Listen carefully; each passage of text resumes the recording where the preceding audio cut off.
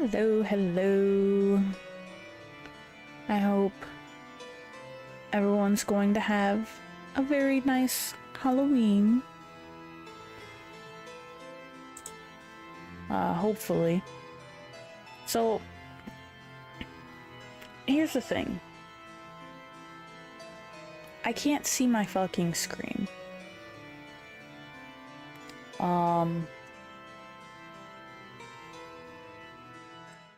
You guys can, though. The only issue is, as soon as I go out of it... I have to see her one more time. That's about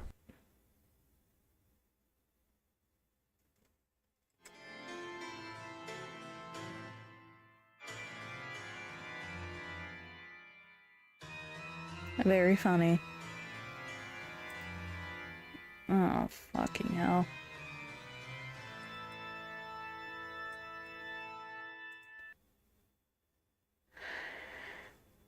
Oh. Well, I can't really help that at the moment. I can try, though. That's all I really can do. It's just try.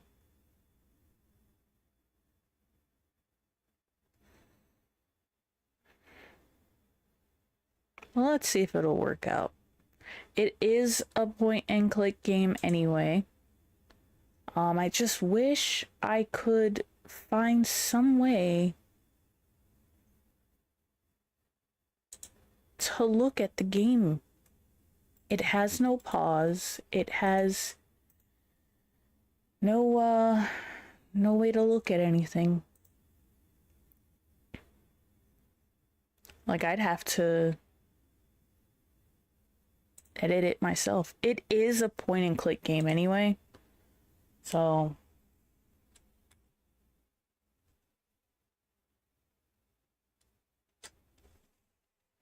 like, as you can see here,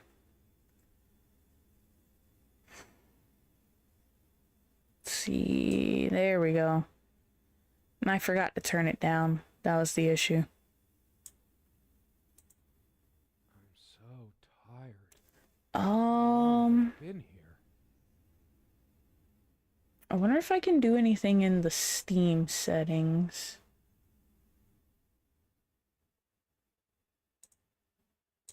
I doubt it, though.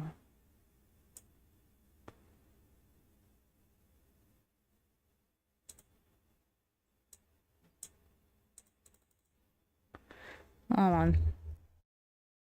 What is happening to me? I can't get myself to move my feet. There's something here I need to see.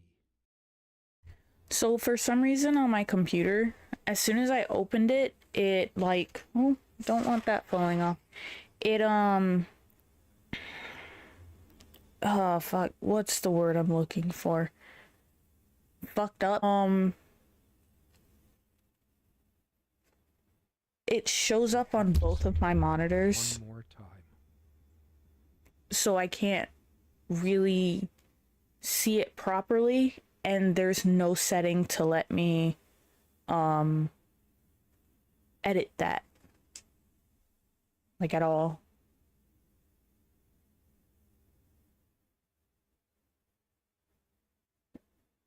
And I'm looking right at it. It's just fucked up. I'm so tired. How long have I been here? Very. This is a weird game. Like, I used to play it before. I'm gonna need my keyboard for this, actually. I remember needing it. Stop falling off with my arm. That's not how you work.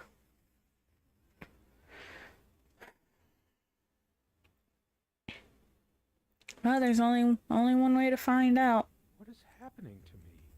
I can't get myself to move Let me my put feet. chat on the other side. There's something here I need to see.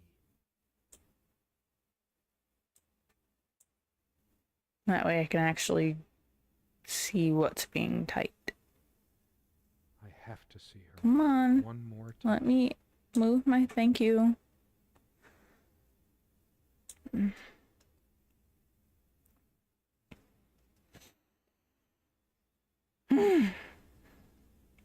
This sucks.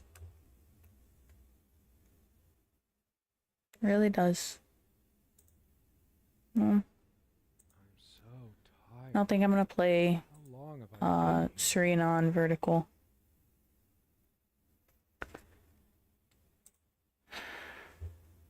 Oh man, if I could take a picture of it, I can. I don't know why I said if. I can literally take a picture of it. Hold on. Let me see if... What is happening to me? I can't get myself to move I my don't remember how to play this game. There's something here I need to see.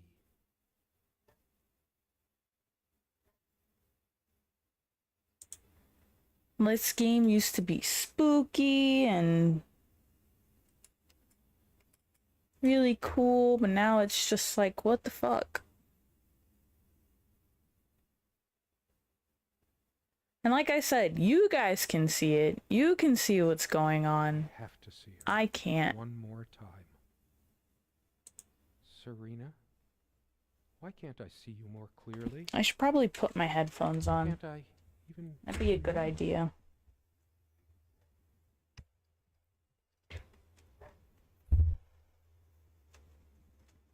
Don't want to mess up my crown, though.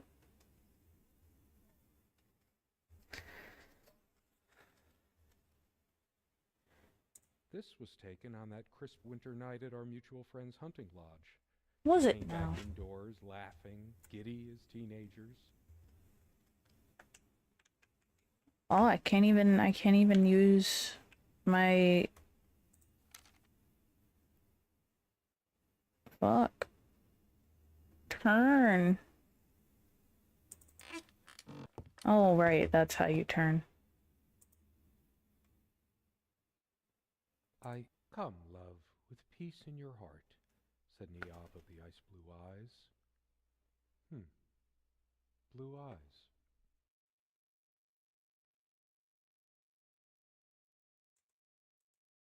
Okay, let me...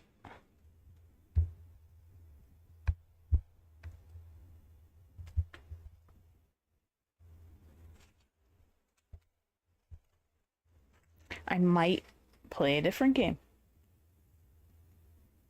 That'd be a... Oh! Okay. So my game said, fuck you. That's nice. That's real nice. Oh, jeez.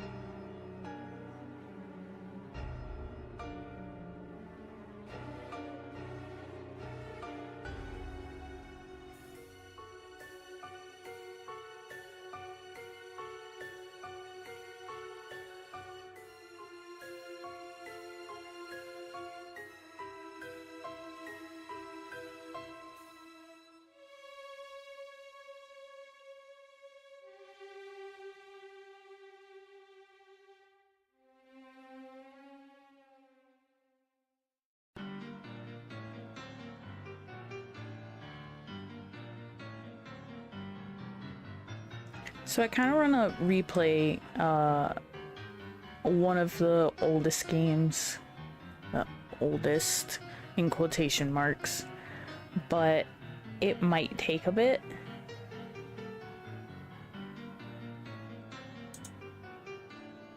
So enjoy the music while I handle that.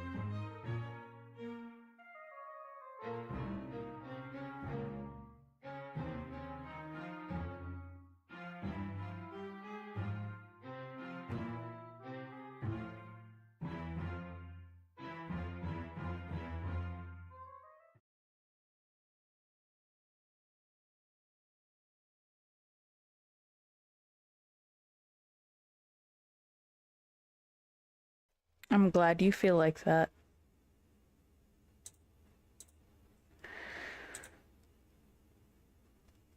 Oh. What am I putting myself through? Torture, that's what. Why is my game looking like this?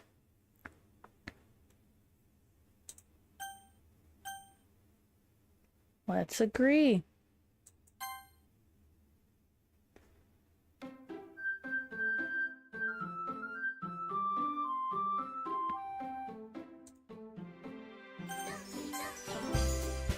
Doki Doki. There we go.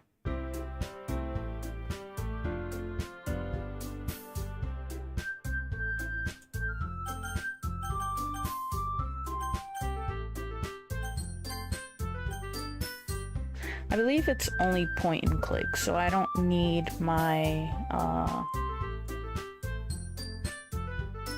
don't need my stuff.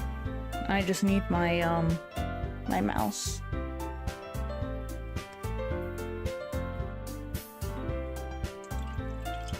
have my coffee. What kind of prom queen drinks coffee?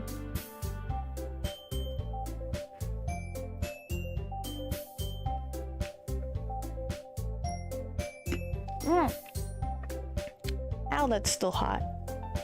Ah. Horrible.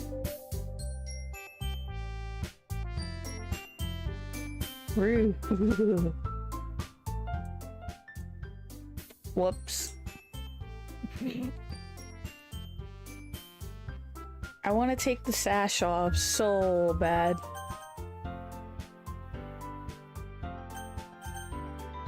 I also want to see my freaking...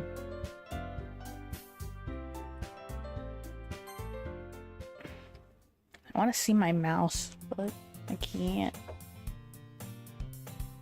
Oh, am I gonna have to read all of this?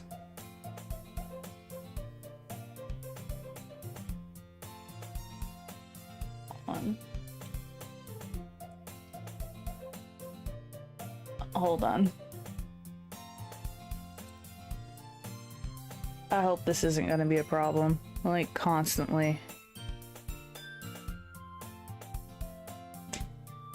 I might have to read this. Hey! Oh. Well, that's not good. That's not good. It's no bueno.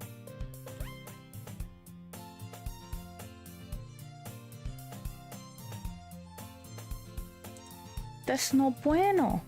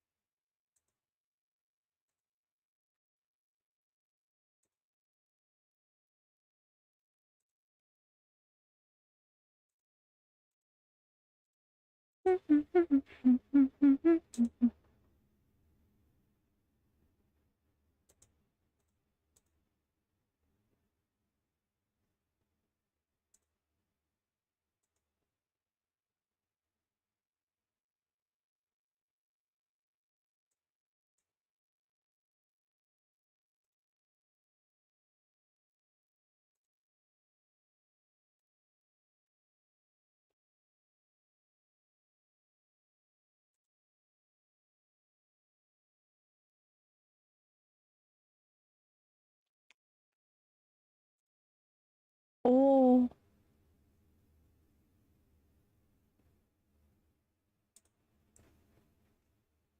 I fucked up.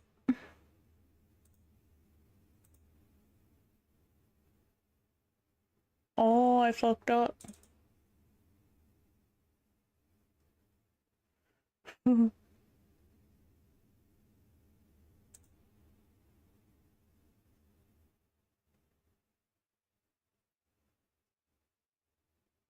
Leave me alone, okay?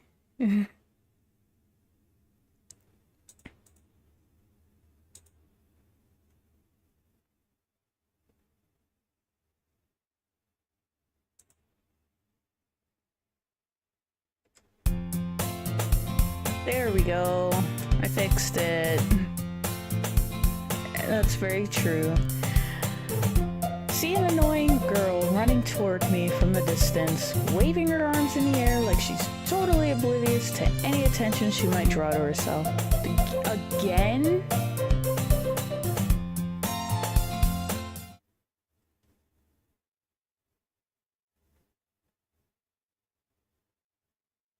Oh no, I realized that I can't adjust it without coming back to this.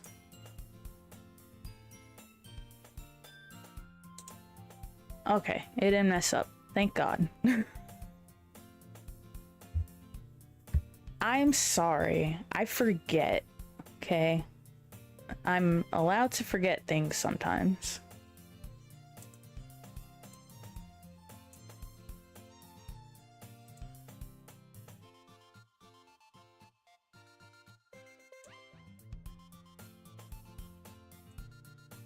I'm not? Okay. Well, I should have known that. That girl is Sayori, my neighbor and good friend since we were children. My sash is coming off again. I can feel it. I don't have a good handle on this.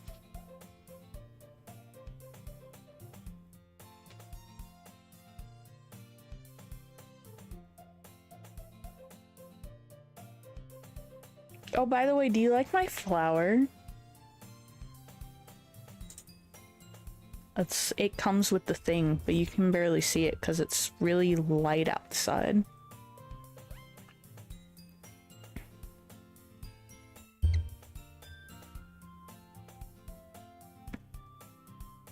I hope it's at least a little visible. Because it comes with like a freaking thing and everything. It is. There are multiple flowers. I really like it. I figure having it on the microphone would be a lot better than me just holding it the whole time. I'm not gonna read it. I am gonna read it. No, I'm not gonna read it because I remember there being multiple characters and I'm not good at voice acting.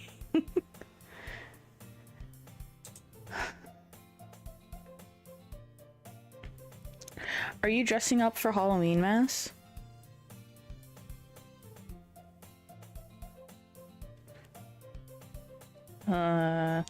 We used to walk to school together on days like this, but starting around high school, she would oversleep more and more frequently. I would get tired of waking up. Well, then you can dress up as yourself. Duh. That's how that works. If she's going to chase after me like this, I almost feel better off running away. However, I just sigh and idle in front of the crosswalk and let Sayori catch up to me. Ha ha ha ha. I overslept again. But I caught you this time. Maybe, but only because I decided to stop and wait for you. I wish I had, like... I could have someone here.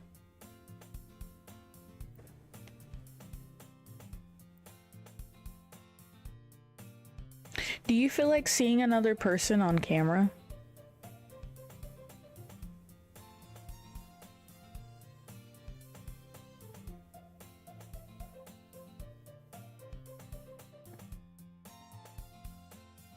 Actually, I don't feel like getting her. Never mind. Don't answer that question. Doesn't matter to you. Alright.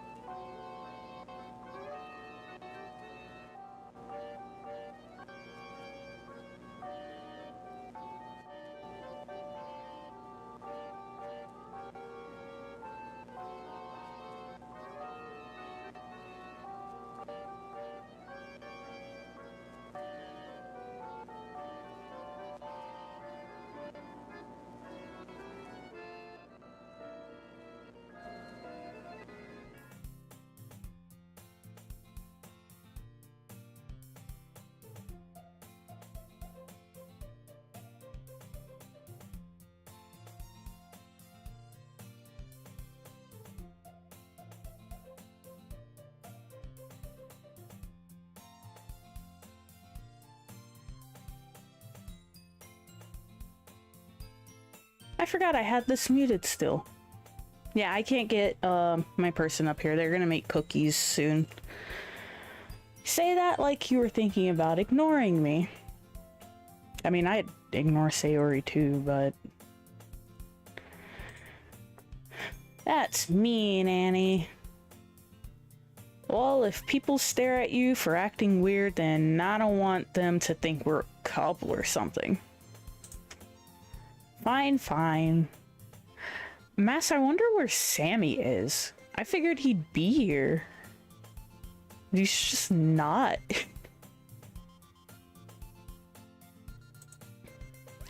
You did wait for me after all. Do I have everything still? I do. Okay, that's good. I guess you don't have it in you to be mean, even if you want to. Whatever you say, Sayori. You know, Massis reminds me of you. You are Annie. We cross the street together and make our way to school. As we draw near, the streets become increasingly speckled with other students making their daily commute. You are Annie. You do not have it in you to be entirely too mean to me. I burned my mouth again. By the way, Annie, have you decided on a club to join yet? I gotta sit back. Gotta have my flowers and camera. And hopefully not have it be on the mic.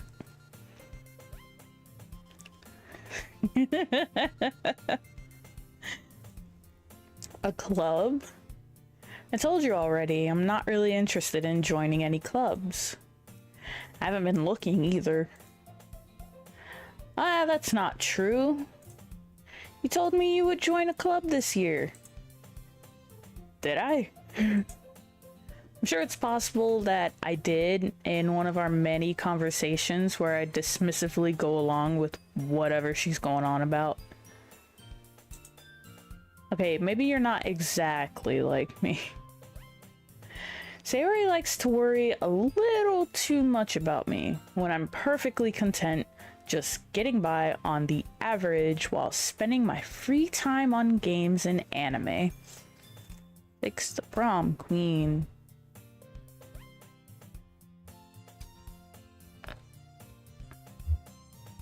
That works, I think. And I probably gotta turn it down a bit so the clickies won't pick up that much. Was talking about how I'm worried that you won't learn how to socialize or have any skills before college. Your happiness is really important to me, you know? And I know you're happy now, but I die at the thought of you becoming a NEET in a few years because you're not used to the real world. Damn. You trust me, right? Don't make me keep worrying about you. Alright. I'll look at a few clubs if that makes you happy. No promises, though. Will you at least promise me you'll try a little? Yeah, I guess I'll promise you that. Let's bring you closer. Someone, not gonna name names, keeps calling me a mouse. Yay! Why do I let myself get lectured by such a carefree girl? More than that, I'm surprised I even let myself relent to her. Yeah, I wonder who. I guess seeing her worry so much about me makes me want to ease her mind at least a little bit, even if she does exaggerate everything inside of her head. The school day is as ordinary as ever, and it's over before I know it. After I pack up my things, I stare blankly at the wall, looking for an ounce of motivation. Does he, like... At this one sentence, he just packs up to go, and then he's just, like, staring at a wall like this.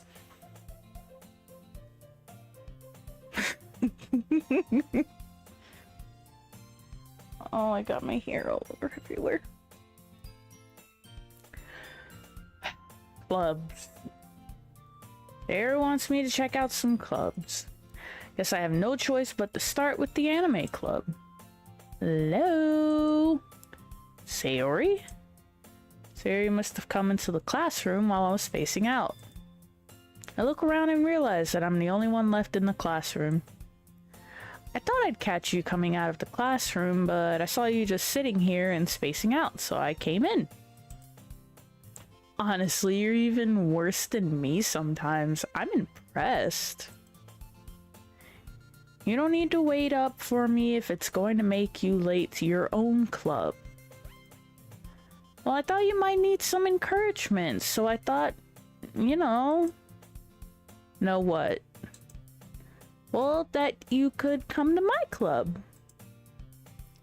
Sayori. Yeah? There's no way I'm going to your club. Huh? Meanie. Sayori is vice president of the literature club. That's something on my arm. Not that I was ever aware that she had any interest in literature. In fact, I'm 99% sure she only did it because she thought it would be fun to help start a new club. Since she was the first one to show interest after the one who proposed the club, she inherited the title vice president. That said, my interest in literature is guaranteed to be even less. Damn. Yeah, I'm going to the anime club. Come on, please. Why do you care so much anyway? Well, I kind of told the club yesterday I would bring in a new member. And Natsuki made cupcakes and everything. Don't make promises you can't keep. Can't tell if Sayori is really that much of an airhead, or if she's so cunning as to have planned all this out. I swear there's like something on my leg and it's bothering the crap out of me. It might be like a hair strand or something. Oh, I just realized I don't have the fan pointed towards me. I let out a long sigh. Fine. I'll stop by for a cupcake, okay? Yes, let's go. And thus, today marks the day that I sold my soul for a cupcake. I dejectedly follow Sayori across the school and upstairs, a section of the school I rarely visit because generally used for third-year classes and activities. My mouth is like blah, blah, blah. Oh shoot, I left the door open.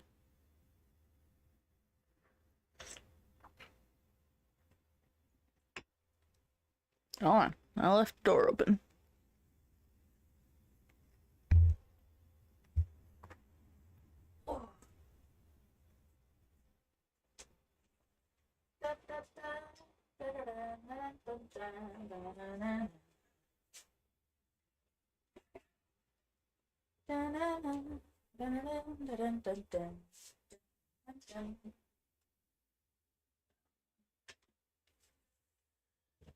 Oh, god damn it. Son of a pickle popper. Alright.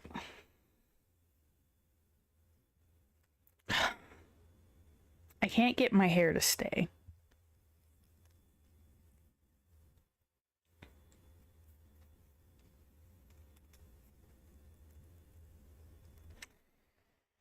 Oh, Sayori, full of energy, swings open the classroom door.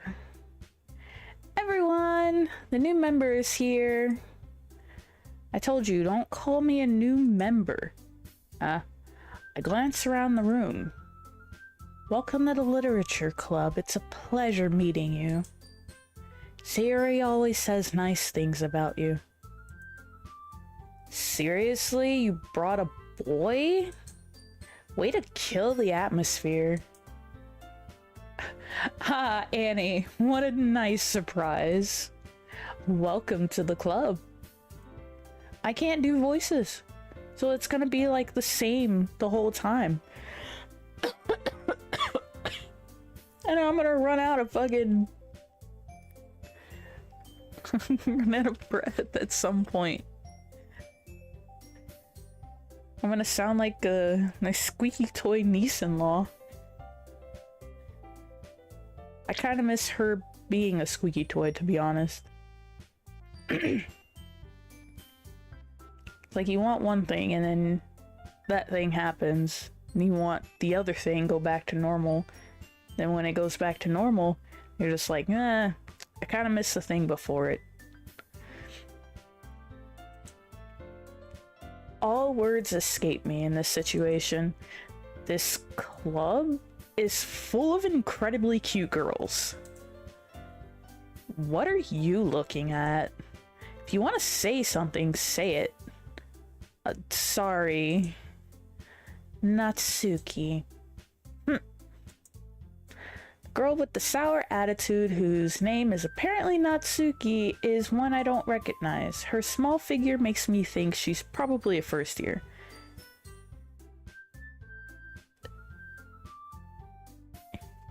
Niece-in-law. She's not blood related, so I don't say niece. Sue me. I wonder when she gets home though. What time is it? It's only 12? Her small figure makes me think she's probably a first year. She's also the one who made cupcakes, according to Sayori. You can just ignore her when she gets moody. Sayori says that quietly into my ear, then turns back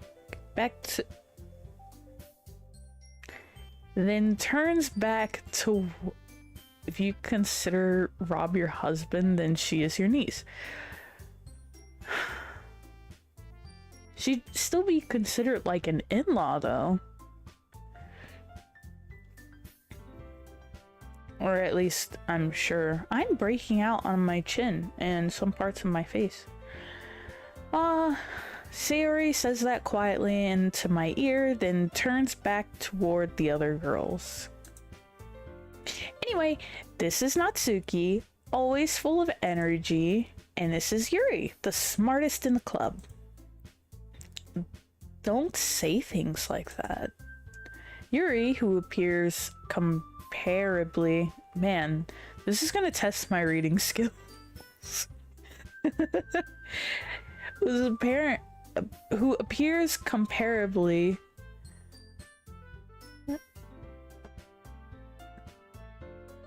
Alright, fine, and I guess she's my niece if that's true. If it's true that there's no niece-in-law, it's for siblings and parents, not for nieces and nephews, then that little goblin that shows up sometimes is my niece, I guess. She hasn't been on here in a while, actually. I'll probably ask her mom if she could be on camera tomorrow. Since tomorrow's no longer Halloween, I can open up a regular game. Unless she ends up not sitting still. And I'll just have to end up picking her up and be like, here you go, you can have her back. Yuri, who appears comparably more mature and timid, seems to have a hard time keeping up with people like Sayori and Natsuki. Well, it's nice to meet both of you. And it sounds like you already know Monica, is that right? That's right. It's great to see you again, Annie. Monica smiles sweetly. I love Monica. We do know each other. Well, we rarely talk, but we were in the same class last year. This is bothering me. Monica was probably the most popular girl in class. Smart, beautiful, athletic, basically completely out of my league. So having her smile at me so genuinely feels a little... You too, Monica. Come sit down, Annie. We made room for you at the table so you can sit next to me or Monica. I'll get the cupcakes. Hey, I made them. I'll get them. Sorry, I got a little too excited. Then how about I make some tea as well? Girls have a few desks arranged to form a table. As Sayori mentioned, it's been widened so that there is one space next to Monica and one space next to Sayori. Natsuki and Yuri walk over to the corner of the room where Natsuki grabs a wrap tray and Yuri opens the closet. Still feeling awkward, I'd take a seat next to Sayori. Natsuki proudly marches back to the table, tray in hand. Okay, are you ready? Ta-da! Oh, whoa! Natsuki lifts the foil off the tray to reveal a dozen white, fluffy cupcakes decorated to look like little cats. The whiskers are drawn with icing and little pieces of chocolate were used to make ears. You know, I kind of want to see this. Wow. I want to see what the cupcakes look like. So cute! I had no idea you were so good at baking, Natsuki. Well, you know. Just hurry and take one. Sayori grabs one first, then Monica. I follow. It's delicious! Sayori talks with her mouth full, and oh, I probably should have. If I knew that, I would have like stuffed something in my mouth and attempted to. Well, whatever. Sayori talks with her mouth full and has already managed to get icing on her face. I turn the cupcake around in my fingers, looking for the best angle to take a bite. Natsuki is quiet. Can't help but notice her sneaking glances in my direction. Excuse me. Is she waiting for me to take a bite? I finally bite down. The icing is sweet and full of flavor. I wonder if she made it herself. This is really good. Thank you, Natsuki. Why are you thanking me? It's not like haven't I heard this somewhere before? Made them for you or anything. I thought you technically did. Sayori said, well, maybe. But not for, you know, you, dummy. Alright. I give up on Natsuki's weird logic and dismiss the conversation. Yuri returns to the table carrying a tea set. She carefully places a teacup in front of each of us, setting down the teapot next to the cupcake tray. Oh, I read that wrong. I skipped the word. Skipped the word before. You keep a whole tea set in this classroom? Don't worry, the teachers gave us permission. After all, doesn't a hot cup of tea help you enjoy a good book? I guess. Don't let yourself get intimidated. Yuri's just trying to impress you. That's not... Insulted, Yuri looks away. Insulted? She looks nervous. I meant that, you know. I believe you. Well, tea and reading might not be a pastime for me, but I at least enjoy tea. I'm glad. Yuri faintly smiles to herself in relief. Monica raises an eyebrow, then smiles at me. So, what made you consider the literature club?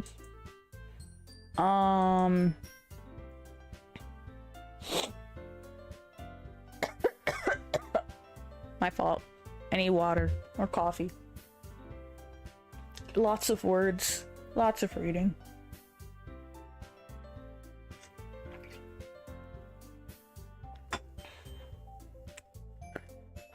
And the stress is getting to me. I kind of want to change. I know I can't, but I kind of wanna. Ugh, so uncomfortable. I was afraid of this question. Something tells me I shouldn't tell Monica that I was practically dragged here by Sayori. Well, I haven't joined any clubs yet, and Sayori seemed really happy here, so that's okay. Don't be embarrassed. Oh, I can feel the mucus in my nose clogs up every time I try to change how I sound.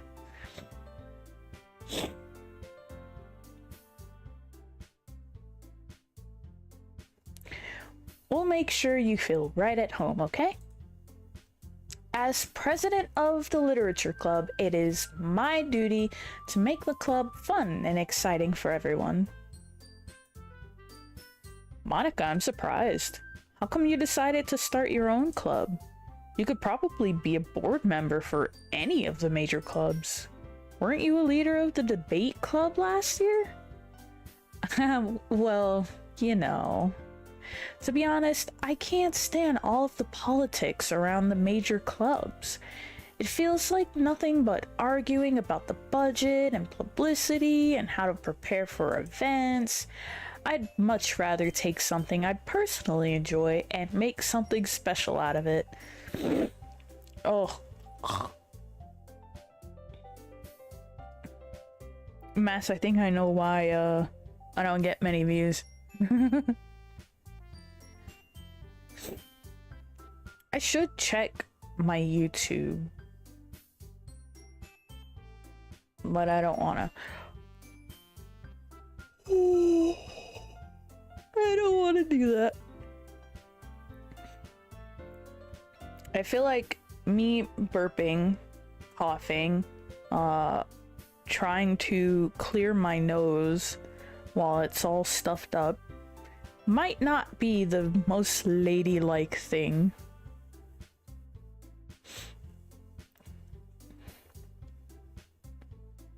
It's still me, though.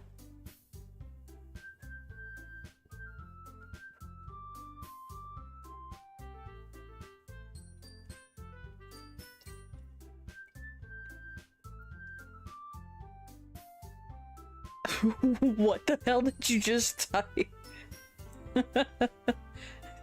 I'm gonna assume that says ladylike.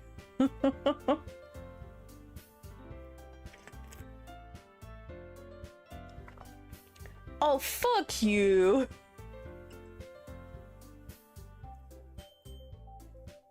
That is very true, though. Not hot enough. Maybe I should get contacts and lose my glasses. But ow, if I do that, you can see the bags under my eyes.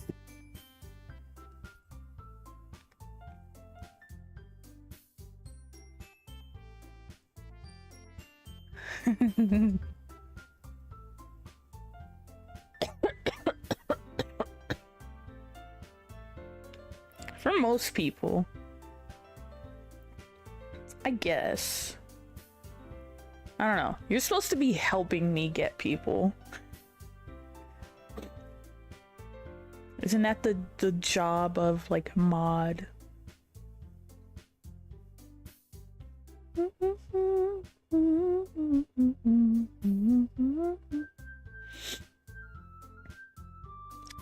I'd much rather take something I personally enjoy and make something special out of it. Ow. And if it encourages others to get into literature, then I'm fulfilling that dream.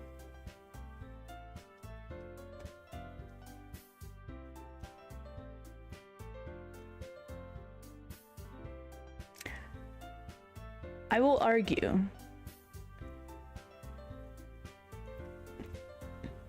But not right now. Monica really is a great leader. Yuri also nods in agreement. Then I'm surprised there aren't more people in the club yet. It must be hard to start a new club. could put it that way. Not many people are very interested in putting out all the effort to start something brand new, especially when it's something that doesn't grab your attention, like literature. You have to work hard to convince people that you're both fun and worthwhile. But it makes school events like the festival that much more important. I'm confident that we can all really grow this club before we graduate. Right, everyone? Yeah! We'll do our best. You know it.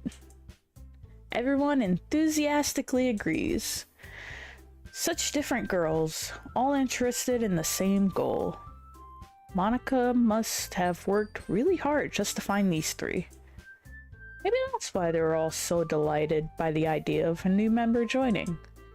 Though I still don't really know if I can keep up with their level of enthusiasm about literature.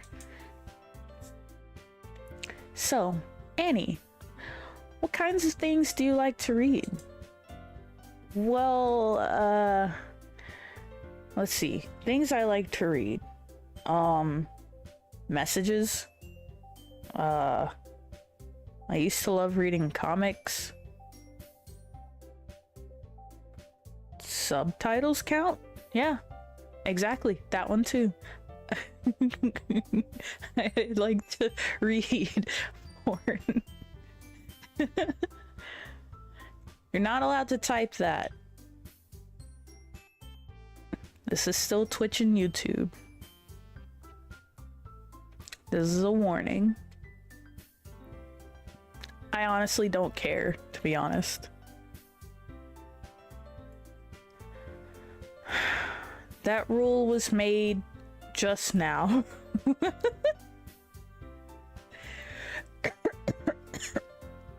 I honestly don't think you can say porn on Twitch or YouTube. I'm not sure though.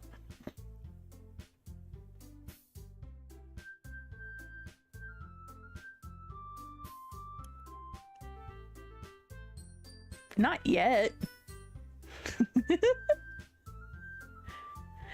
Considering how little I've read these past few years, I don't really have a good way of answering that. Manga? I mutter quietly to myself, half joking. Natsuki's head suddenly perks up. I don't believe there's a list of words you can't say. Well, I'm not sure at the moment.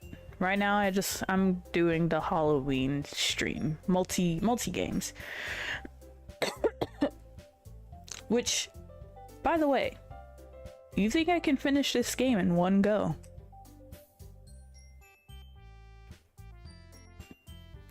It looks like she wants to say something, but she keeps quiet. Not much of a reader, I guess. Probably not, yeah. Look, listen. If I read in my monotone voice the whole time, I'd get by this so much faster. But I feel like I have to read it in different voices, well, as different as I can.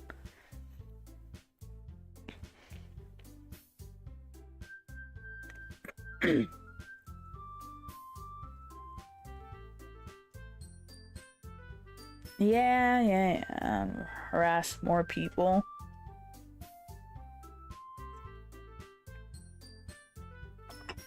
Probably later tonight, since I didn't get to do last night. Later tonight I'll play A Quiet Place. That way I don't have to read and talk as much. Not much of a reader, I guess. Well, that can change. What am I saying? I spoke without thinking after seeing Yuri's sad smile. Anyway, what about you, Yuri? Well, let's see. Yuri traces the rim of her teacup with her finger. My favorites are usually novels that build deep and complex fantasy worlds. The level of creativity and craftsmanship behind them is amazing to me. You'd read her like a book? I'd love to see you try. And telling a good story in such a foreign world is equally impressive. Yuri goes on, clearly passionate about her reading. She seemed so reserved and timid since the moment I walked in, but it's obvious by the way her eyes light up that she finds her comfort in the world of books, not people.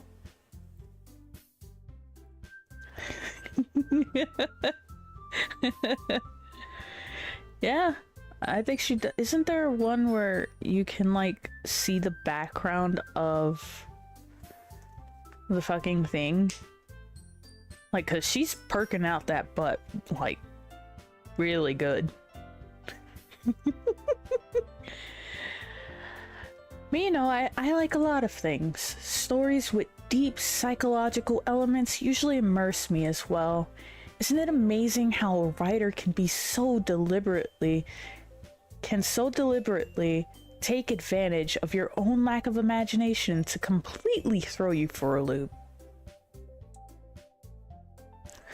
No spoilers. I wish I can delete that. I can. Cool. Anyway, I've been reading a lot of horror lately. I did, but like your freaking name is still there. I don't know how to make it edit. Whatever. I read a horror book once. I desperately grasped something I can relate to at the minimum level. At this rate, Yuri might as well be having a conversation with a rock.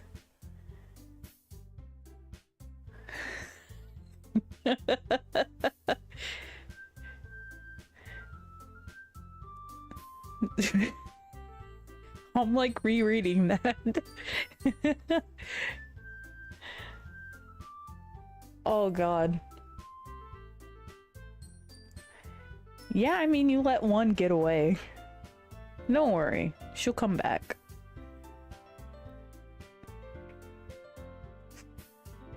There we go.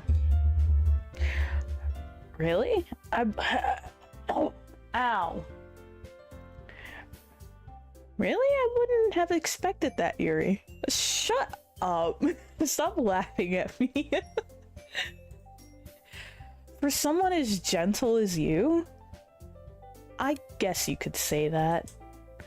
But if a story makes me think and takes me to another world, then I really can't put it down. Surreal horror is often very successful at changing the way you look at the world, if only for a brief moment. Ugh, I hate horror. Oh? Why is that? You can't fix yourself. Well, Natsuki's eyes start over to me for a split second. Never mind. That's right, you usually like to write about cute things, don't you, Natsuki? You cannot fix her. You need to fix yourself first. Stop it. Get some help. Natsuki, write about cute things. What?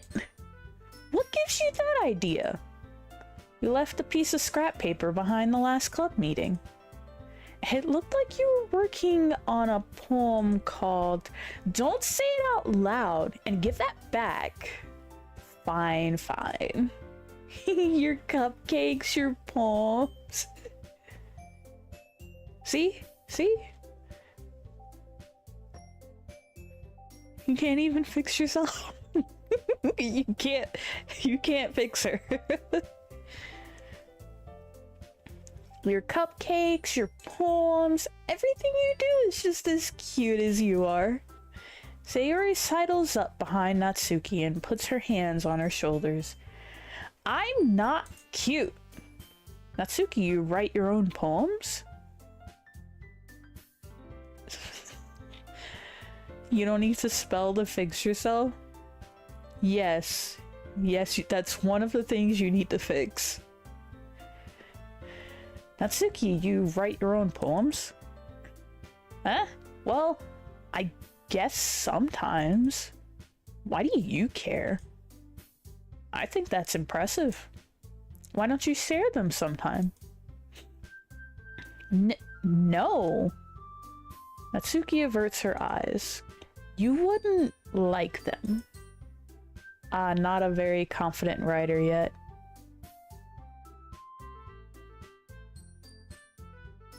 I don't care what you think I need to fix. You got Rob to fix himself? Please reword that.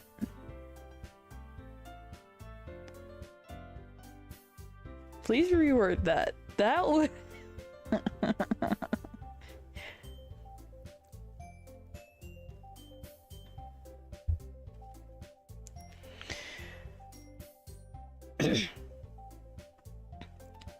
I understand how Natsuki feels. Sharing that level of writing takes more than just confidence. The truest form of writing is writing to oneself. You must be willing to open up for your readers, exposing your vulnerabilities and showing even the deepest reaches of your heart. Do you have experience writing too, Yuri? Maybe if you share some of your work, you can set an example and help Natsuki feel comfortable enough to share hers. I guess it's the same for Yuri. Tell Rob how to fix himself. I don't need your version of a fixed me. Listen, there's two things you gotta work on. Spelling and how to tell when someone is interested in you.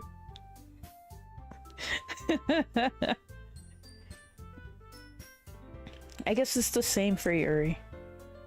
Aw, I wanted to read everyone's poems. We all sit in silence for a moment. Okay. I have an idea, everyone. Natsuki and Yuri look quizzically at Monika. Let's all go home and write a poem of our own. Then, next time we meet, we'll all share them with each other. So on 1, I don't, and 2, if I don't care, they eventually tell me themselves somehow. Yeah, when they tell you, it's too late.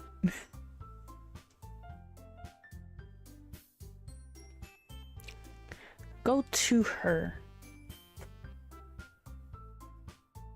Give a little note. It says, "Will you go out with me?" This is coming from a prom queen that got murdered, but still. Depends on the person. It does. It does. Then, next time we meet, we'll all share them with each other. That way, everyone is even.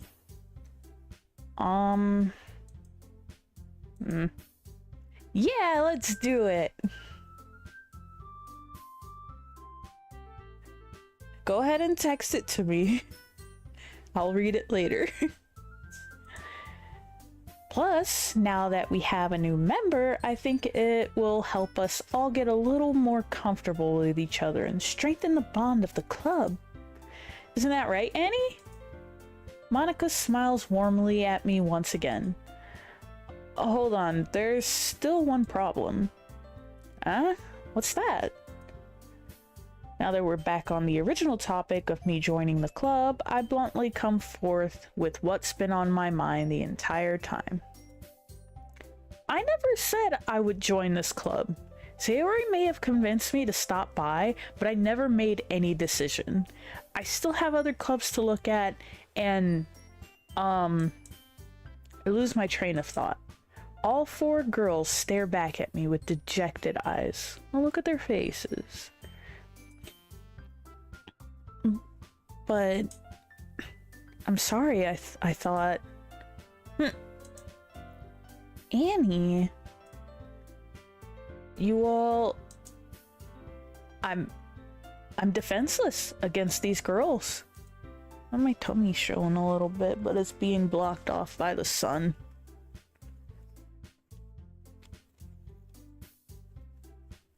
Nyeh.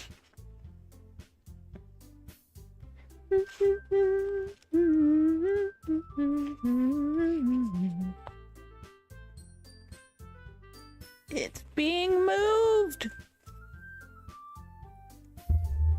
No, that works.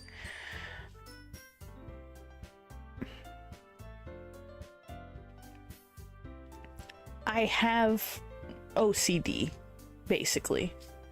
Not exactly it, but somewhat around it.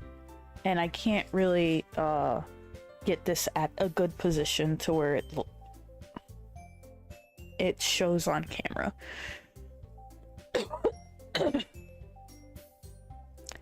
How am I supposed to make a clear-headed decision when it's like this? That is, if writing poems is the price I need to pay in order to spend every day with these beautiful girls. Right. Okay, I've decided then. I'll join the literature club. One by one, the girls' eyes light up. Yes, I'm so happy! Sayori wraps her arms around me, jumping up and down. Hey! You really did scare me for a moment. If you really just came for the cupcakes, I would be super pissed. Then that makes it official. Welcome to the literature club. Thanks, I guess. Is it that long? Jesus.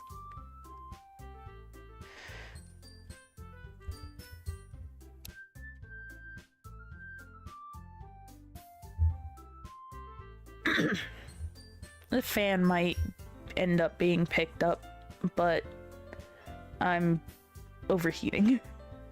I should probably pull out that Red Bull rather than drinking this coffee. But I poured a good amount and now it tastes really good.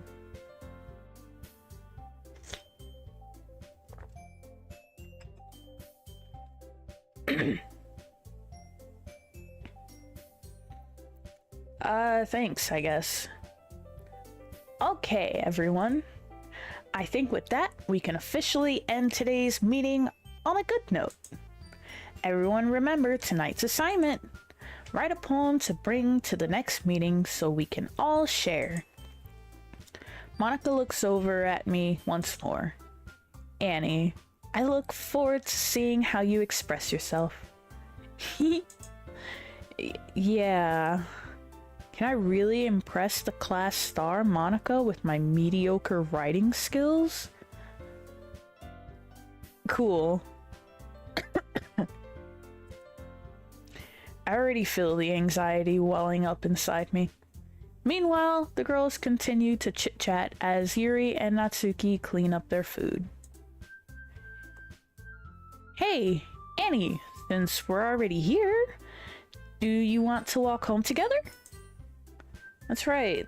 Sayori and I never walk home together anymore because she always stayed after school for clubs. Sure, might as well. Yay! With that, the two of us depart the club room and make our way home. The whole way, my mind wanders back and forth between the four girls. Sayori, Natsuki, Yuri, and of course, Monica. Hi, Monica. I really like Monica. Her hair is, like, wibbly. Will I really be happy spending every day after school in a literature club? Perhaps I'll have the chance to grow closer to one of these girls. Alright. I'll just need to make the most of my circumstances, and I'm sure good fortune will find me. And I guess that starts with writing a poem tonight. Time to write a poem. Pick words you think your favorite club member will like. Something good might happen with whoever likes your poem the most. I remember this. But who do we want to go for?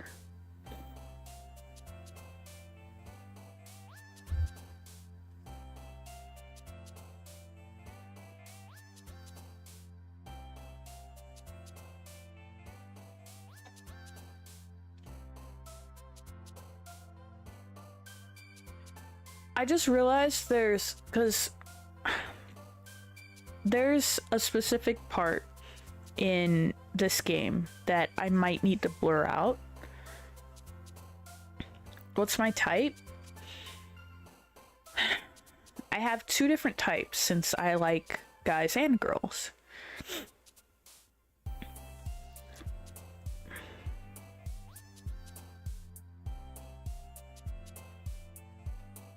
I'm not sure.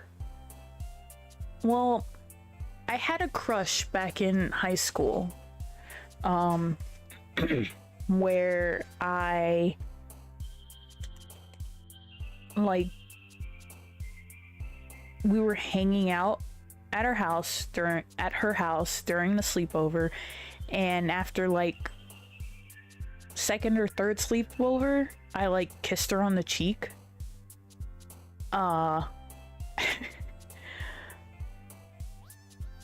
And I ended up apologizing because that was not what I was supposed to do, but I was caught up in the moment. Anyway, the type that she is, my wifey. And yes, Rob knows about her. I guess it's like a mixture between Sayori and Yuri.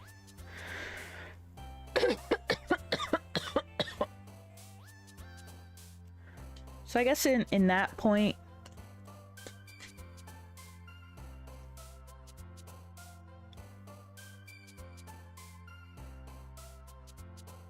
I'll try to go for Sayori.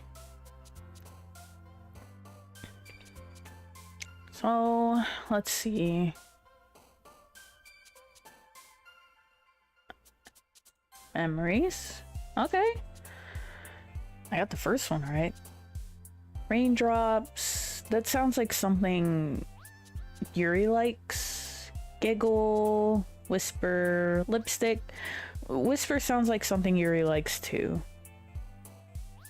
Alright.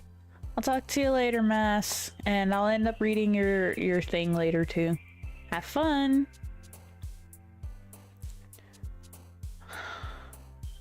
Electricity. That sounds... Happiness? Awesome. Milk sounds like something for Natsuki since she bakes. Extraordinary. Massacre? Well, she likes horror, so that's Yuri. Whirlwind, insight, entropy, entropy? I don't know. Spinning? No. Agonizing? No. Man, this is hard. Games? Oh, that's Natsuki. Damn it. Analysis sounds like Yuri. Daydream? She does space out too. Heartbeat, family, swimsuit, forgive, precious, rose, journey, kiss, fun, feather.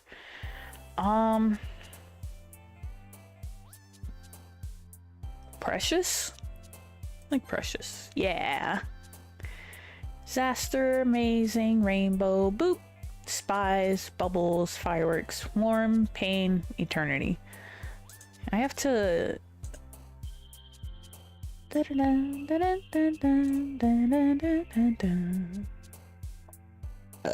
Oh, excuse me. Sorry.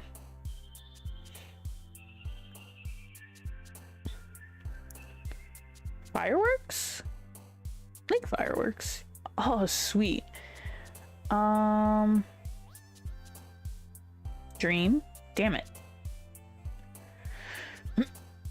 So far, oh, I gotta do 20. So far I have like mostly Sayori, so...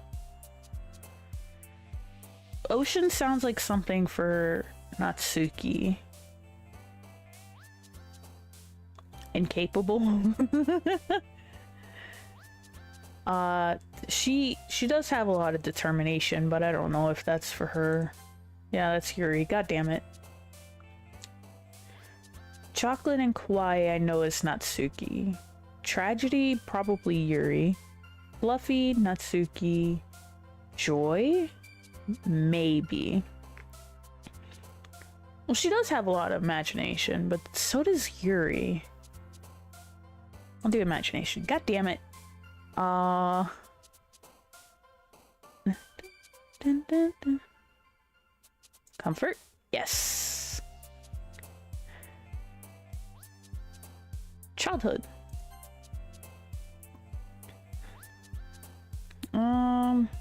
Alone, hopeless, shiny, vanilla, landscape, valentine, vibrant, treasure, misfortune. Shiny? Oh, damn it. I thought. I saw it. Death? I think that's still horror. Essence? Ribbon! She got the... Fuck! She has a ribbon too, I forgot.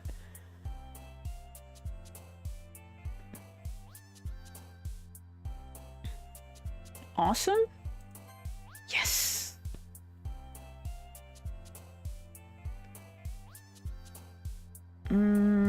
She does like romance novels. You can't control Sayori. Damn it! She is uncontrollable though. Heaven Sent, Melody, Anime, Adventure, Mouse, Captive, Lollipop, Promise, Playground, Candy. She likes food, but candy seems like cutesy thing. Same with Lollipop. I relate it to... I don't know. She got sad when we said Anime Club. Adventure? Yes!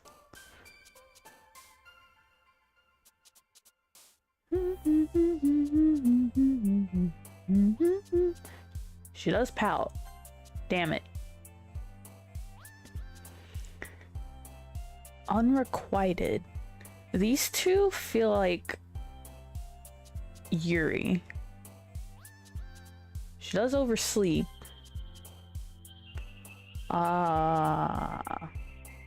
She does vitality. I think vitality. Or loud. Or bouncy. She is very bouncy. Damn it.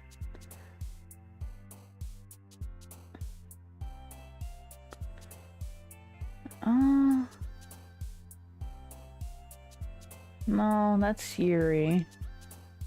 I'm pretty sure pink is Natsuki because she is pink.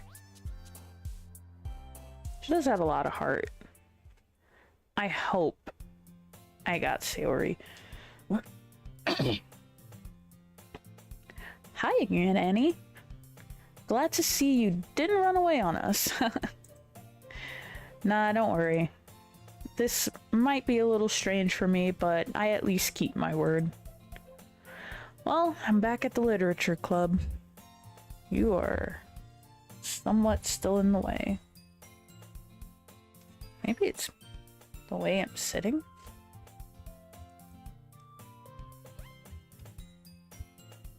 Maybe if I put it like... No, because that... Hold on.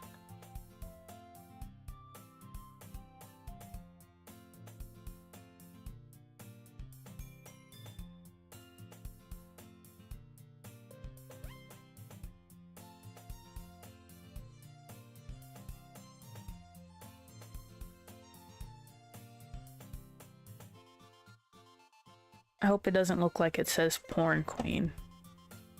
It might as well, but...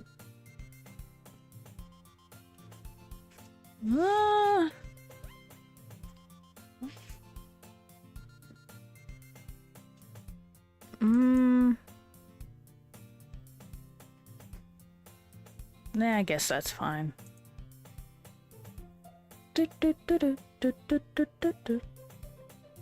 Well...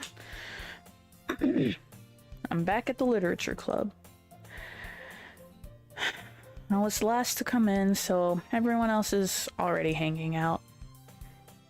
Thanks for keeping your promise, Annie. I hope this isn't too overwhelming of a commitment for you. making you dive headfirst into literature when you're not accustomed to it. Oh, come on, like he deserves any slack.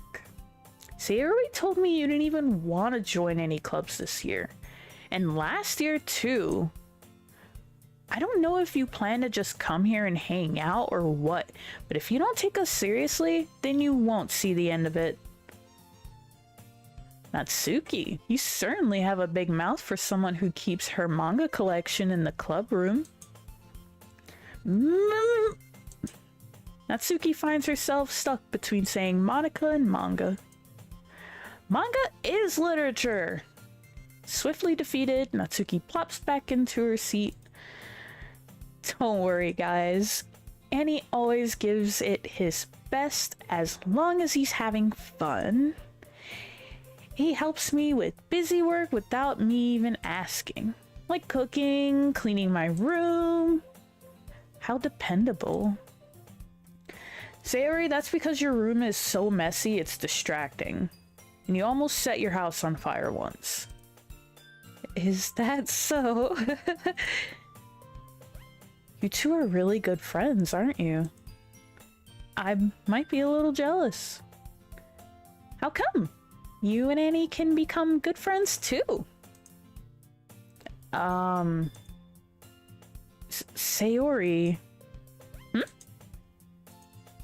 As usual, Sayori seems oblivious to the weird situation she just put me into. Oh, you even brought you something today, you know. Well, wait, Sayori. Huh? Me?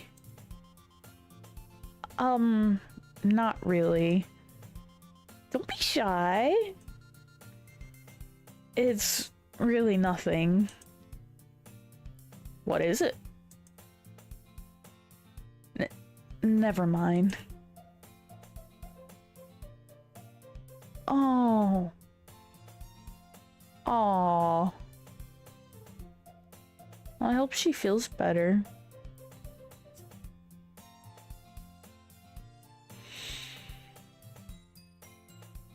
Did you get to harass other people, though?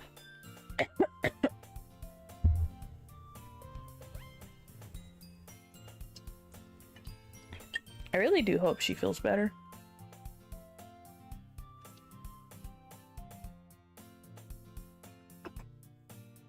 I mean, it is Friday. It's Halloween. I kind of expected that. Or at least should have expected that.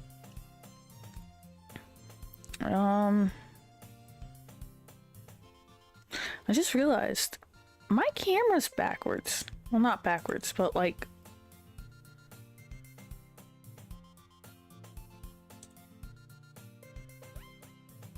Yeah, that's better. I know, but it feels weird every time I try to like fix my hair and I have to like do one side then do the other. And now I can't even do that. Oh well, I'll put it back to normal. I do kind of have to move it over a bit. So just a tiny little bit.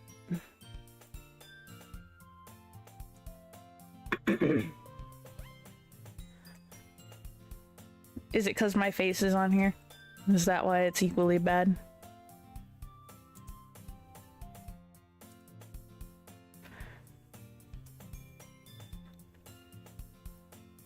I wonder if I can make this bigger. You're an ass. I hope you know that. I do have to move this over. If I don't, I'm gonna get agita.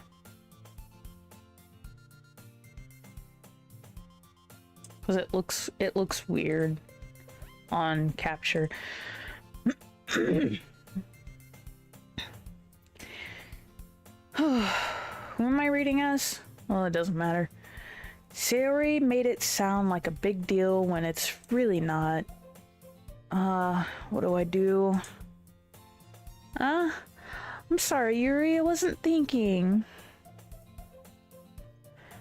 I guess that means it's up to me to rescue this situation. Hey, don't worry about it. First of all, I wasn't expecting anything in the first place, so any nice gesture from you is a pleasant surprise. It'll make me happy no matter what. Is that so?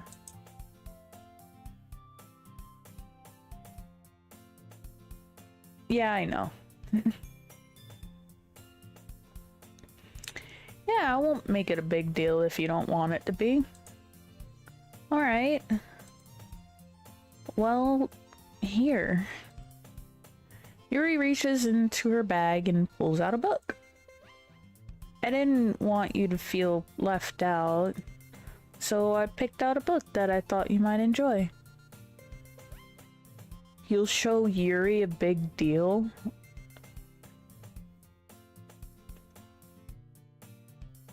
I doubt that. I have to get confirmation from your ex if that's true or not. I don't feel like having Yuri suffer.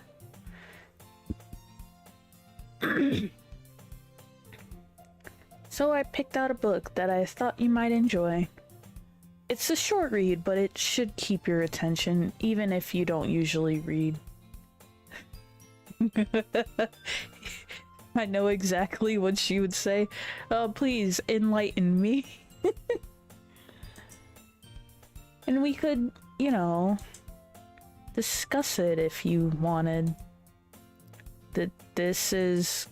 How is this girl accidentally being so cute?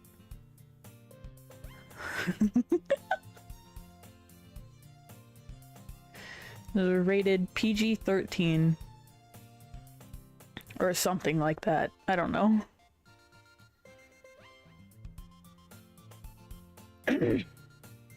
Oh, God. How's this girl accidentally being so cute? She even picked a book she thinks I'll like, despite me not reading much. Yuri, thank you. I'll definitely read this. I enthusiastically take the book. Phew. Well, you can read it at your own pace. I look forward to hearing what you think.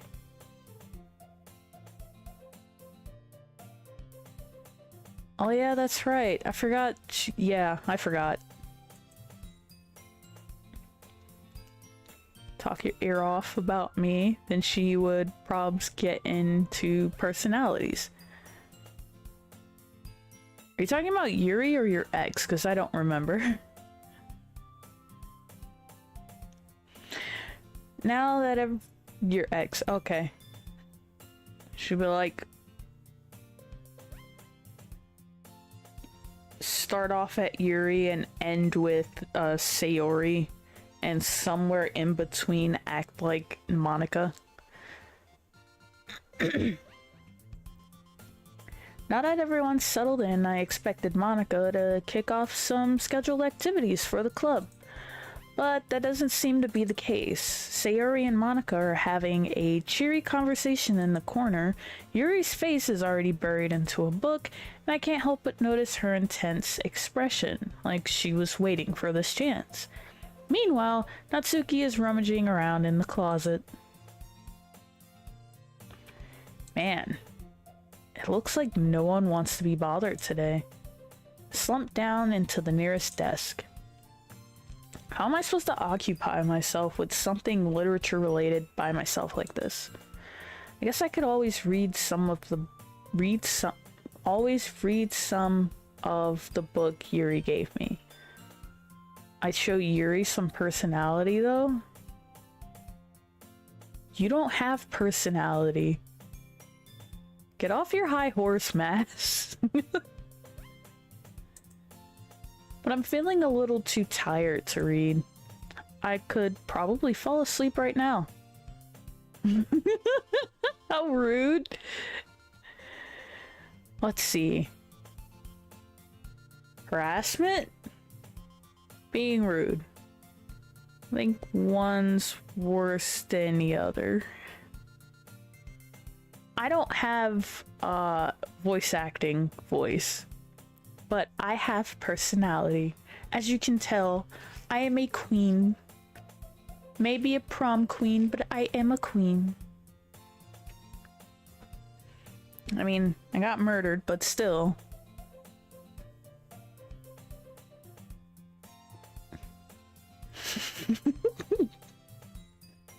Just because I overload.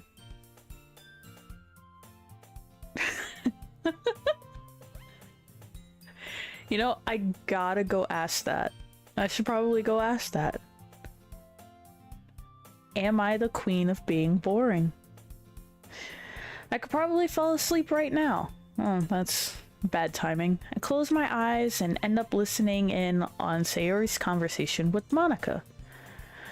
We're probably gonna seem really lame compared to other clubs, though.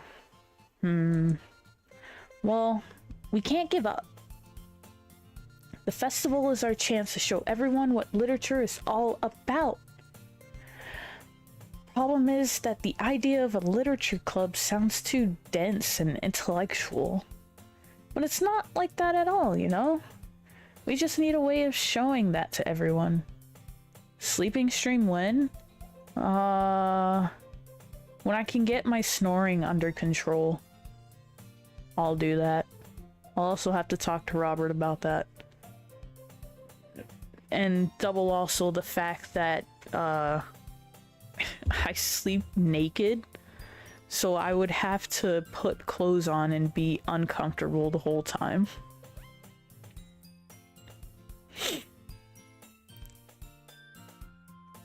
What? What are you laughing at? No, I will not. No. No. No. I am not getting views being naked. I am not doing that. You get that idea out of your head. Robert's probably gonna kick your ass just for saying that.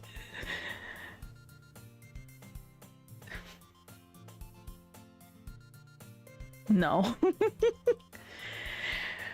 We just need a way of showing that to everyone.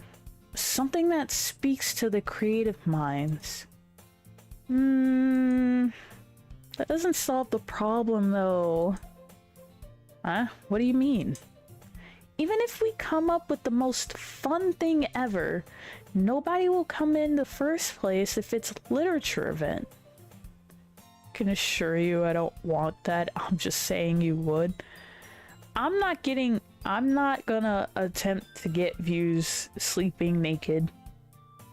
And I don't think I even will. I think some creepers will probably come up, and then after that it's just like, eh. If I want porn, I'll go to the websites. There's attractive people there. See?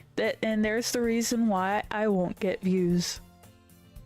I'm not as attractive. Nobody will come in the first place if it's a literature event. So it's more important to figure out how to get people to show up in the first place, you know? And after they come, we can do the thing to speak to their creative minds. What's this? Sayori is taking this really seriously. It's rare to hear her deliberating like this.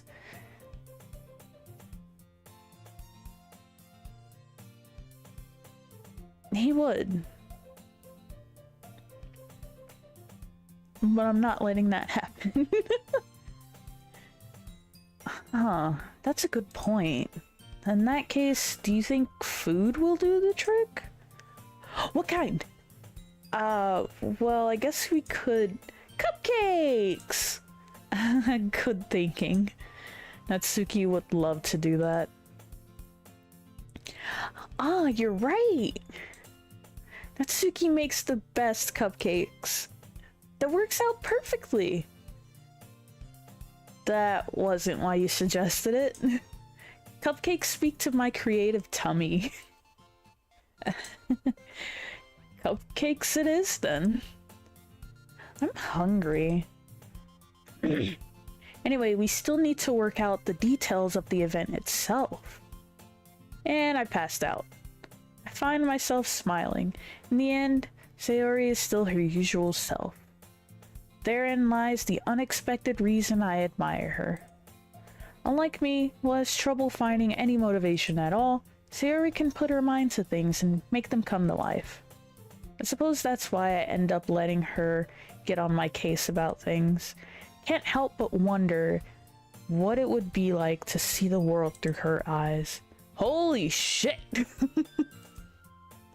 I opened my eyes to find Sayori's face filling my vision. So, like, if I'm laying down like this, and open my eyes, is her face like that close to me? Like,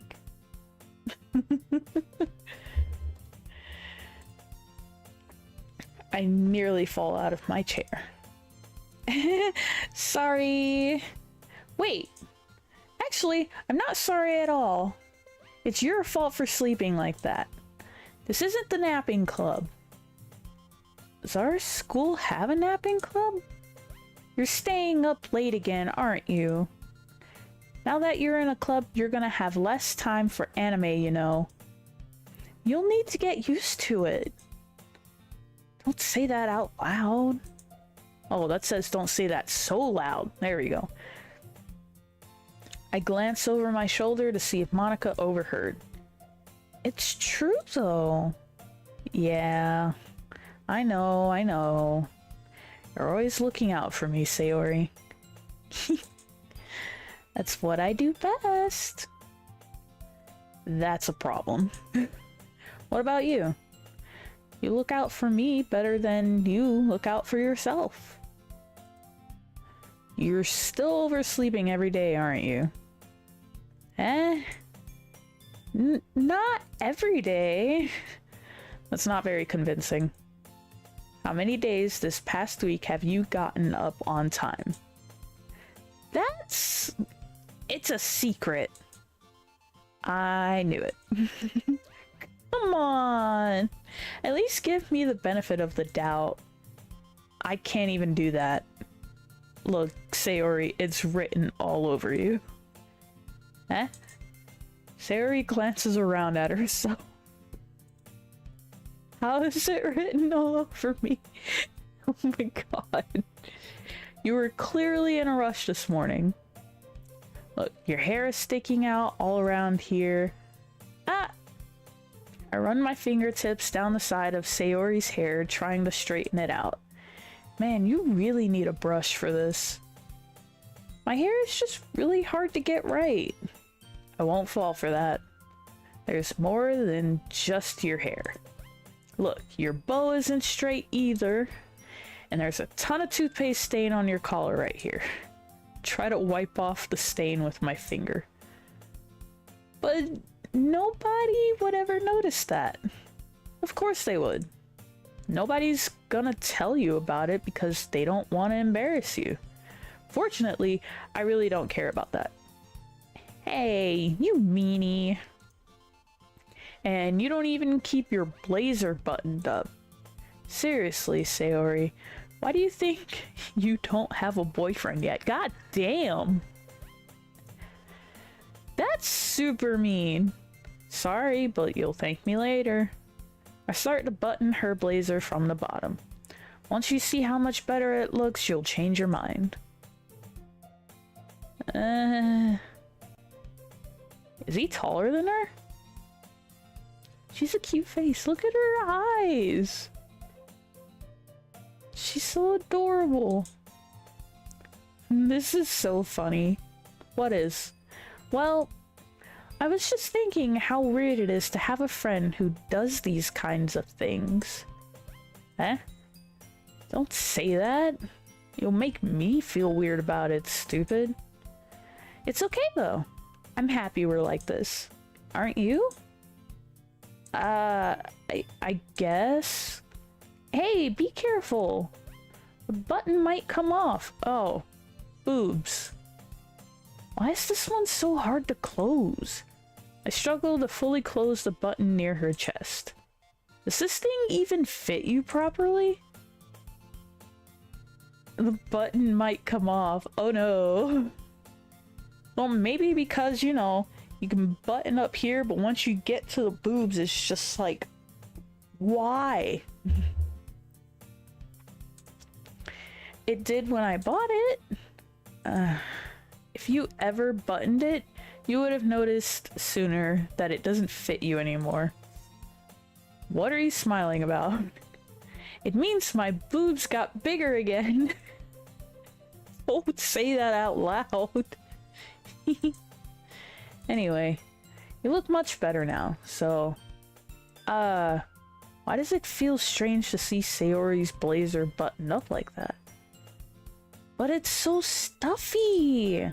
Ooh, it's not worth it at all.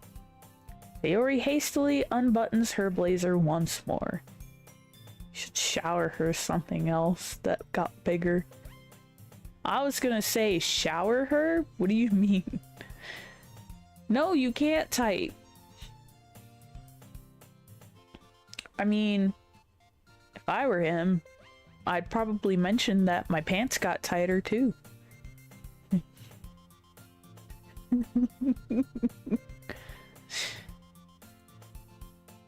And she took it off. Phew, that's so much better. Sayori puts her arms out and twirls around. If I keep it unbuttoned, then I won't get a boyfriend, right?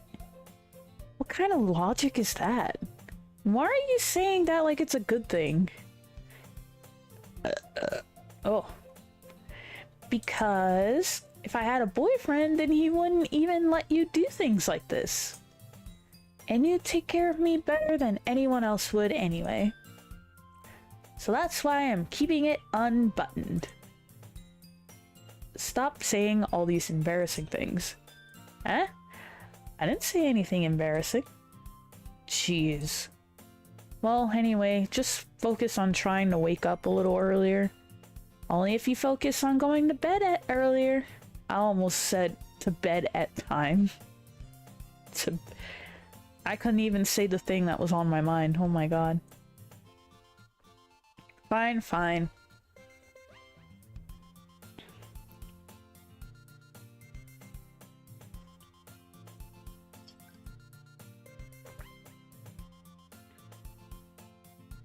Alright, see you in a bit.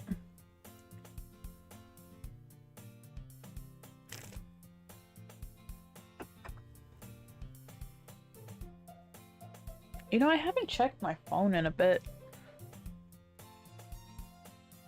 Probably because I don't have it. Where the hell did my phone go?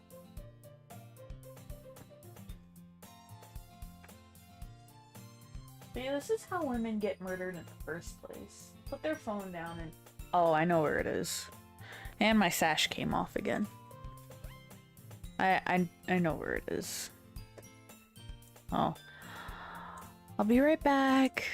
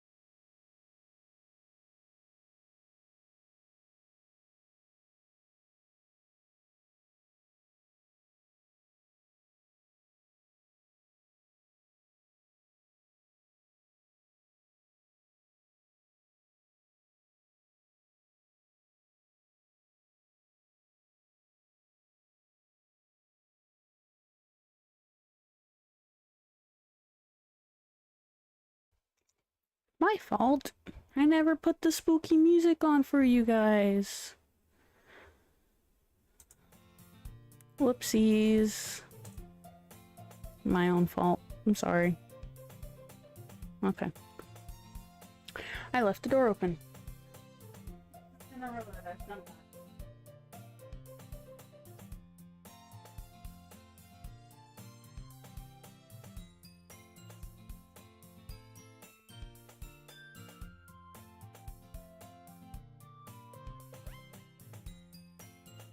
Oh, it's really hard to sit down in this dress.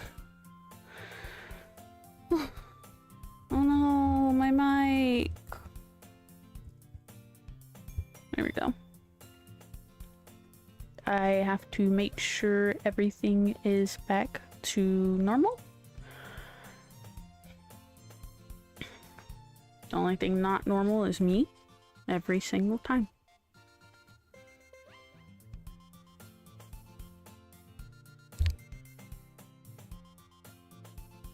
Put my crown back. I'm supposed to be prom queen.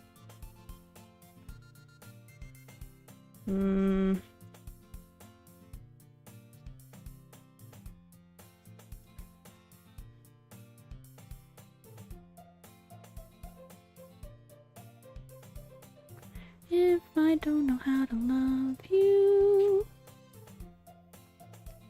I'll leave you be. Oh. I almost forgot. Because I kind of need to hear what's going on.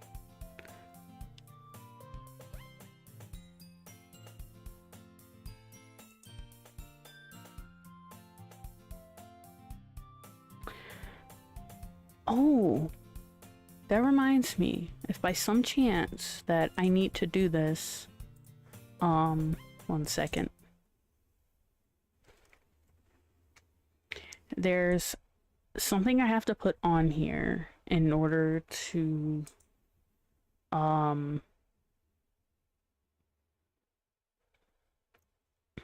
think it's already here.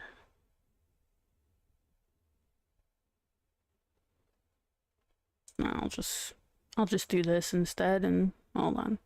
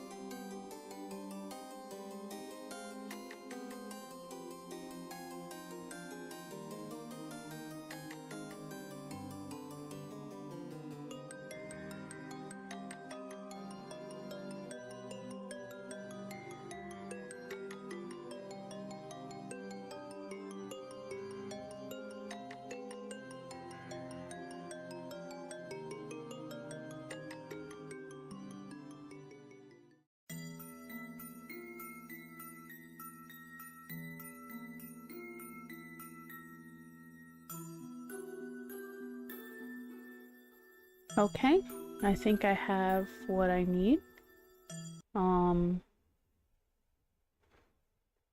Let's just continue from there. So this is like a just in case on something happening later on, because I do remember something happening later on that I'm probably gonna get in trouble for. Oh, but let us continue. And I'm almost out of coffee.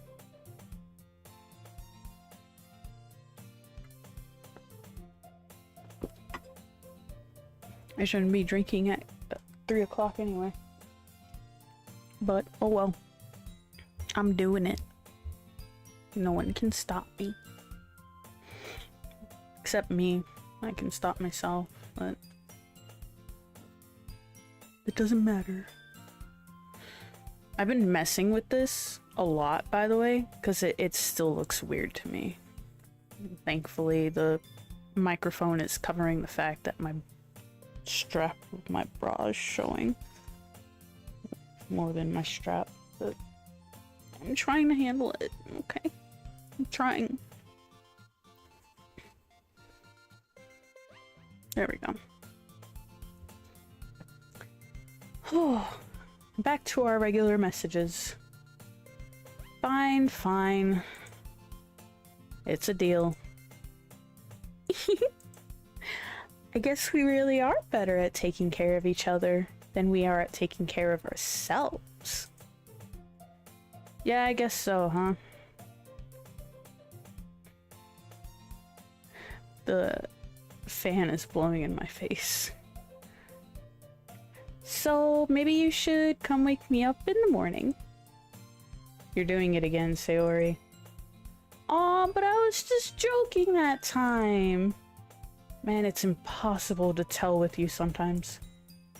Okay, everyone. Eh? Monica suddenly calls out. Why don't we share the poems we wrote down? Lovely.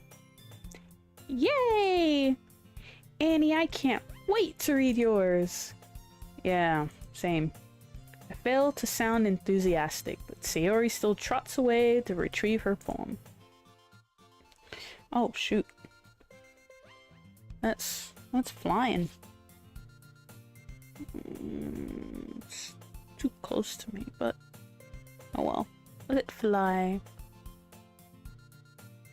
It's not messing with my mic, so. By the way, did you remember to write a poem last night? Yeah. My relaxation ends. Can't believe I agreed to do something so embarrassing. I'm gonna turn it down to 1, because it's like making this flap in its wind. It's very annoying because I can feel it happening the whole time. Can't believe I agreed to do something so embarrassing. I couldn't really find much inspiration since I've never really done this before. Well, now that everyone's ready, why don't you find someone to share with? I can't wait! Sayori and Monica enthusiastically pull out their poems. Sayori's is on a wrinkled sheet of loose leaf torn from a spiral notebook. On the other hand, Monica wrote hers in a composition notebook. I can already see Monica's pristine handwriting from where I sit. Natsuki and Yuri reluctantly comply as well, reaching into their bags. I do the same myself.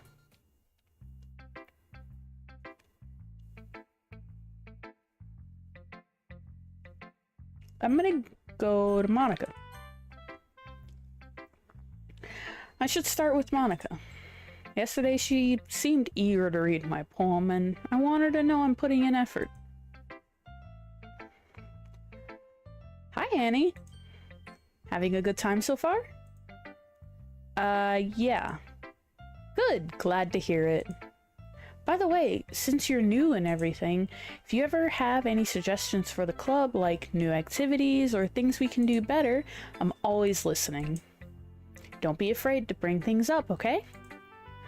Alright, I'll keep that in mind.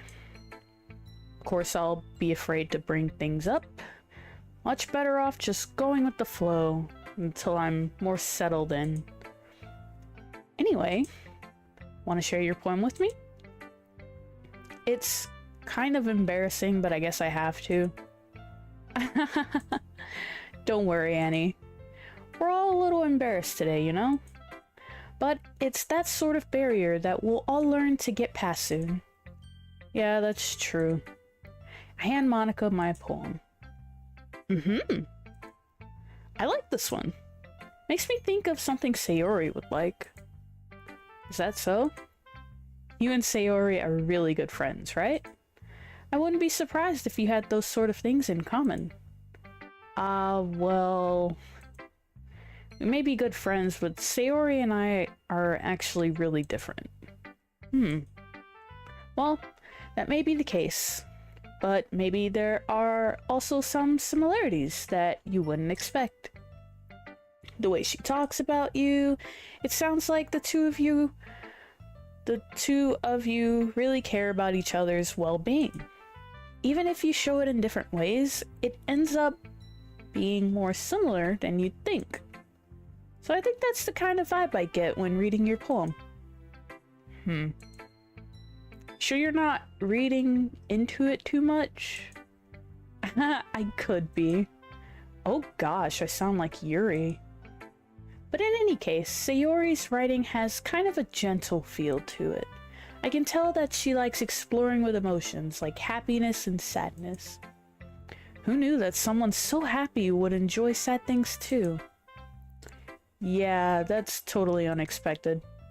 Well, to each their own. And you shouldn't be afraid to experiment a little bit either. I'm sure I'll end up trying different things a lot. It could take a while before I feel comfortable doing this. That's okay. I'd love to see you try new things. That's the best way to find the kind of style that suits you. Everyone else might be a little bit biased towards their own kinds of style, but I'll always help you find what suits you the most. So don't force yourself to write the way everyone else wants you to write. It's not like you have to worry about impressing them or anything. Anyway, do you want to read my poem now? Don't worry, I'm not very good. You sound pretty confident for someone who claims to not be very good. Well, that's because I have to sound confident. That doesn't mean I always feel that way, you know? I see. Well, let's read it then. Hole in wall. It couldn't have been me. See the direction the sparkle protrudes. A noisy neighbor, an angry boyfriend.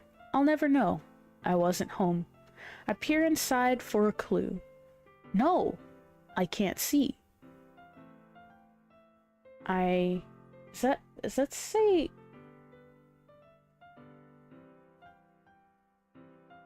Oh, that says real, not red. Okay. No, I can't see. I reel, blind, like film left out in the sun. But it's too late. My retinas.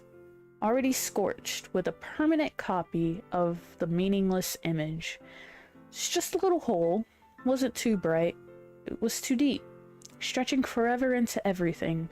A hole of infinite choices. I realize now that I wasn't looking in. I was looking out. And he, on the other side, was looking in.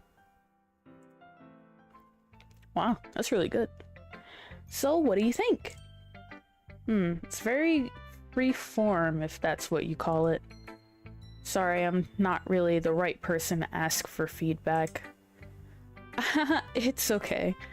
Yeah, that kind of style has gotten pretty popular nowadays. That is, a lot of poems have been putting emphasis on the timing between words and lines. When performed out loud, it can be really powerful. Ow. What? Ow.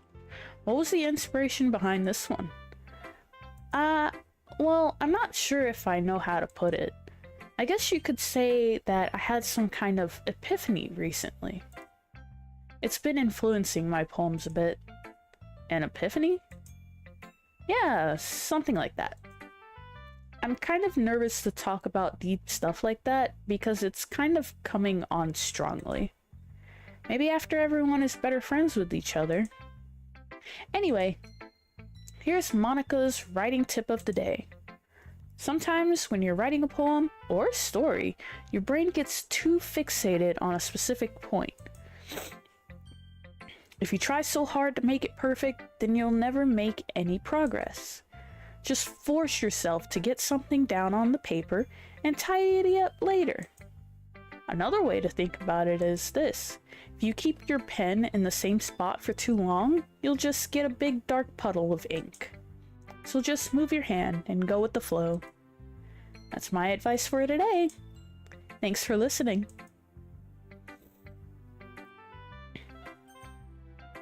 Let's go to Sayori. I did want to go to her for a bit. Oh my goodness. This is so good, Annie.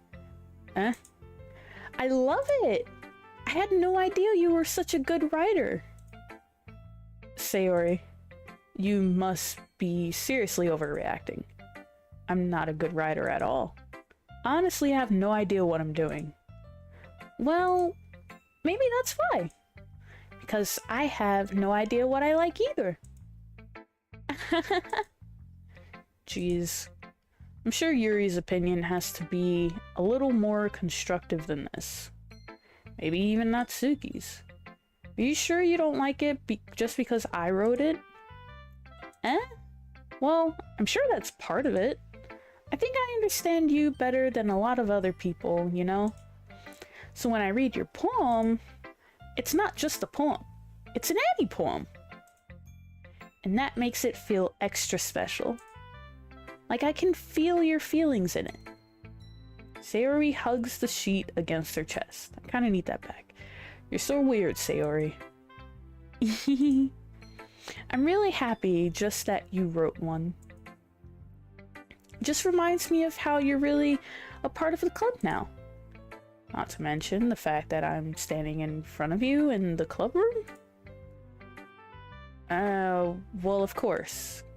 I'm not really into it yet, but that doesn't mean I'll break my promise. See?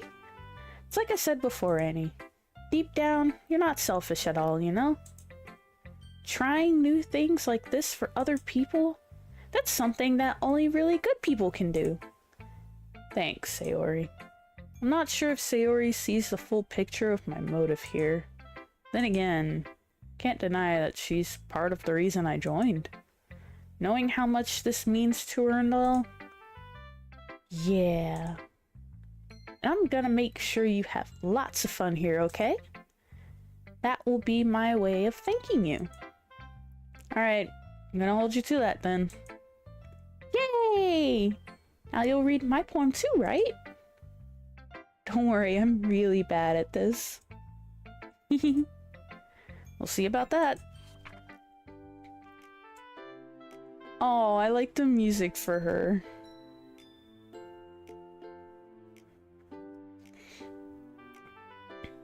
Okay, gotta read the poem. Dear sunshine, the way you glow through my blinds in the morning makes me feel like you missed me. Kissing my forehead to help me out of bed, making me rub the sleepy from my eyes. Are you asking me to come out and play? Are you trusting me to wish away a rainy day? I look above. The sky is blue.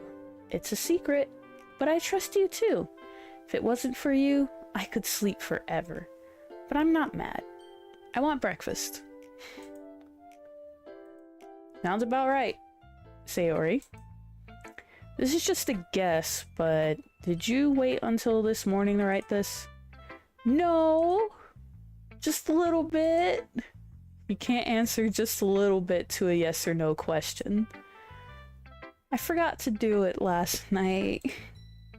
Well, at least that makes me feel a little better about myself. What the fuck?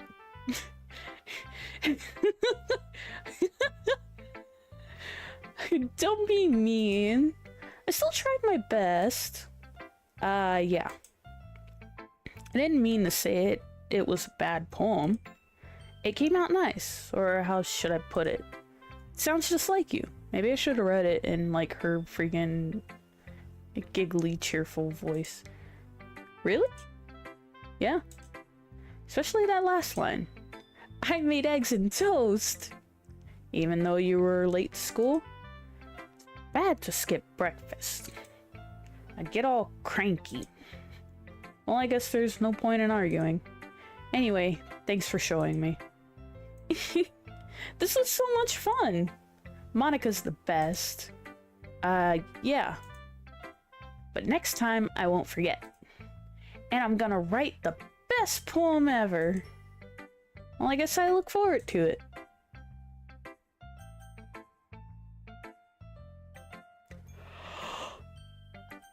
Shit.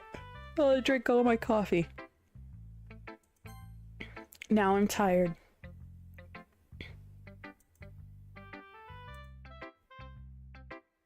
Well, it's about something I expect from someone like you.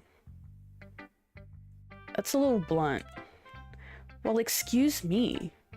It's not like I said it was bad. It just didn't evoke any emotions. So basically, it's not cute enough for your taste. Do you want to get smacked? I'll pass. Well, anyway, I guess I need to show you mine. Not that you'll like it. Eagles can fly. Monkeys can climb. Crickets can leap. Horses can race. Owls can seek. Cheetahs can run. Eagles can fly. People can try, but that's about it.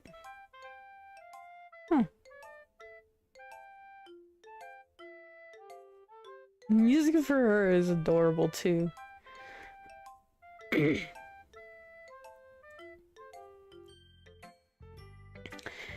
Yeah. I told you that you weren't gonna like it. I like it. What?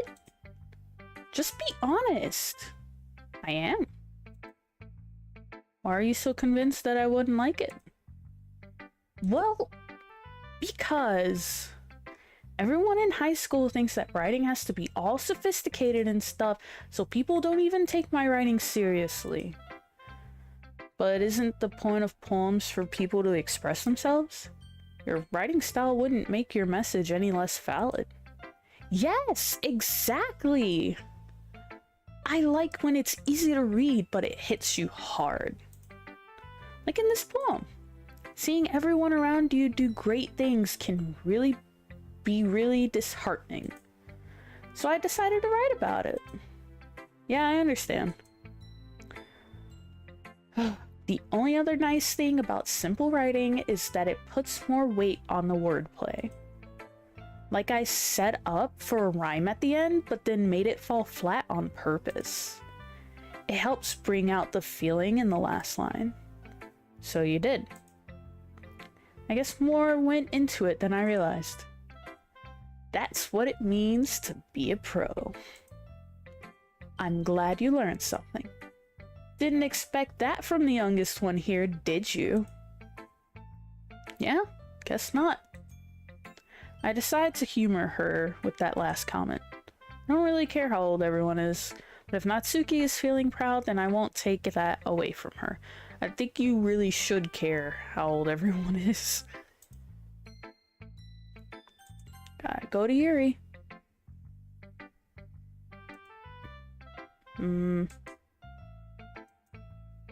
Yuri stares at the poem. A minute passes, more than enough time for her to finish reading. Oh. Sorry. I forgot to start speaking. Oh, that's the thing that I usually do where I talk to myself in my head, try to figure out what to say, only to realize that I never said it out loud. It's fine. Don't force yourself. I hear footsteps. I'm not. I just need to put my thoughts into words. Oh, hold on. Okay. This is your first time writing a poem, right? Yeah. Why do you ask? I'm just making sure. I guess that it might be after reading through it. Ah, so it's that bad. No! Did I just raise my voice? I'm so sorry. Yuri buries her face in her hands. Couldn't help but notice that it's been several minutes and we really haven't gotten anywhere. Might take Yuri a while to get used to new people. It's fine, I really didn't notice. What were you saying? Right, it's just that there are specific writing habits that are usually typical of new writers. And having been through that myself, I kind of learned to pick up on them. And I think the most noticeable thing I recognize in new writers is that they try to make their style very deliberate. In other words, they tend to pick a writing style separate from the topic matter, and they form-fit the two together. The end result is that both the style and the expressiveness are weakened. Once Yuri finds her train of thought, it's as if her demeanor totally changes. Her stammering is completely gone and she sounds like an expert. Of course, that's not something you can be blamed for. There are so many different skills and techniques that go into writing even a simple poem. Not just finding them and building them, but getting them to work together is probably the most challenging part. It might take you some time, but it all comes with practice, and learning by example, and trying new things. Also hope that everyone else in the club gives you valuable feedback. Natsuki can be a little biased, though. Biased? How? Well, never mind. I shouldn't be talking about people like that. Sorry. That's fine. I'm not sure if Yuri's apologizing to herself, to me, or to Natsuki. Do you mind if I read your poem now? Please do. I'd love to share my thoughts process behind it. Yuri smiles dreamily. There we go. As if that's a rare opportunity for her. Man, I still can't talk. Which itself is kind of funny. After all, isn't this supposed to be a literature club? Ghost Under the Light. I like her music too. I wish this wasn't in— wait, I think I can— I can't. I could have sworn I can, like— Ghost Under the Light. The— Fuck, I can't read it. I can't read what that's supposed to say. Alright, I can attempt to. The tendrils of my hair illuminate beneath the amber glow. Bathing. It must be this one. The last remaining sheet light to have withstood the test of time. The last yet to be replaced by the sickening blue-green hue of the future. I bathe. Calm, breathing air of the present, but living in the past. The light flickers. It flicker back. Oh, this is I. I flicker back. There we go.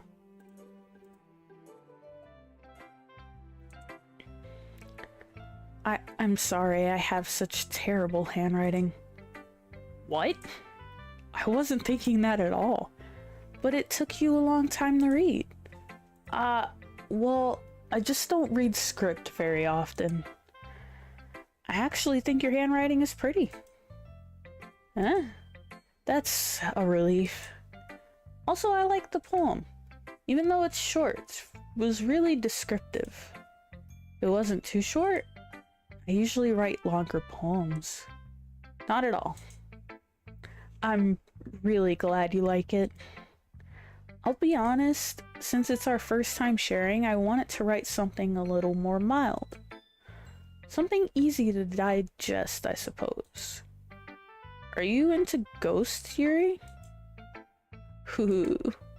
Actually, the story isn't about a ghost at all, Annie. Really? I must have totally missed the point. I thought that was her reading. My fault. Well, I suppose you did only glance over it after all. But remember that poets often express their own thoughts, feelings, and experiences into their work.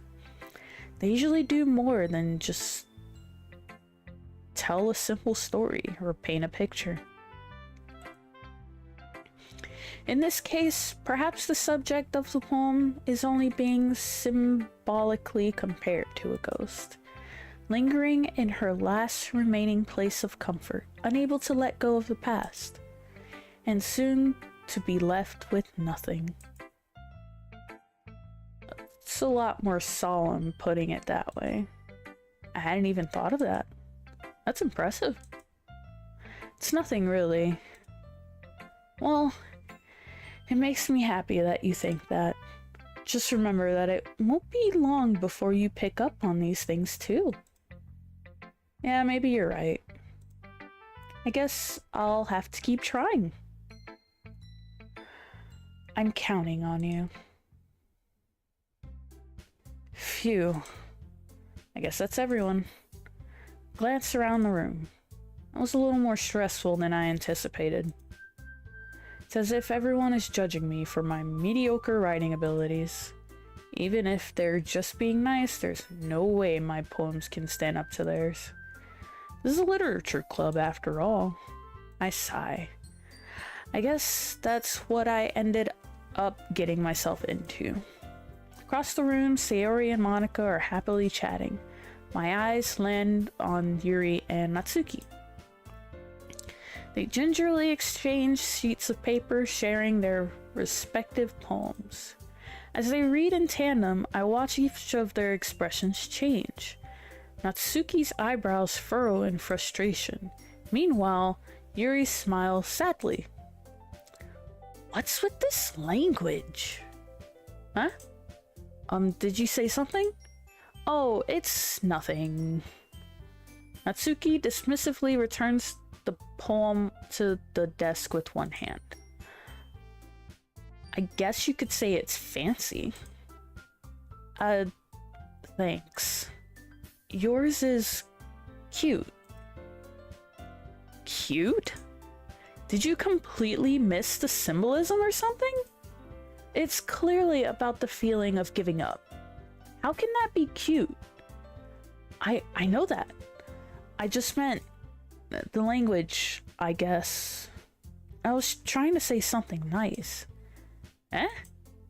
You mean you have to try that hard to come up with something nice to say? Thanks, but it really didn't come out nice at all. Well, I do have a couple suggestions. If I was looking for suggestions, I would have asked someone who actually liked it. Which people did, by the way. Sayori liked it, and Annie did too. So based on that, I'll gladly give you some suggestions of my own. First of all, excuse me. I appreciate the offer, but I've spent a long time establishing my writing style. I don't expect it to change anytime soon, unless of course I come across something particularly inspiring, which I haven't yet. And Annie liked my poem too, you know. He even told me he was impressed by it. Natsuki suddenly stands up. Oh, I didn't realize you were so invested in trying to impress our new member, Yuri. Eh? That's not what you're just... Yuri stands up as well. Maybe you're just jealous that Annie appreciates my advice more than he appreciated yours. Huh? And how do you know he didn't appreciate my advice more? Are you that full of yourself? Goddamn. No. If I was full of myself, I would deliberately go out of my way to make everything I do overly cutesy. Ugh. Is everyone okay? Well, you know what? I wasn't the one whose boobs magically grew a size bigger as soon as Annie started showing up. Natsuki! Natsuki, that's a little... This doesn't involve you! I don't like fighting, guys! Suddenly, both girls turned towards me, as if they just noticed I was standing there. I need water. Like, bad.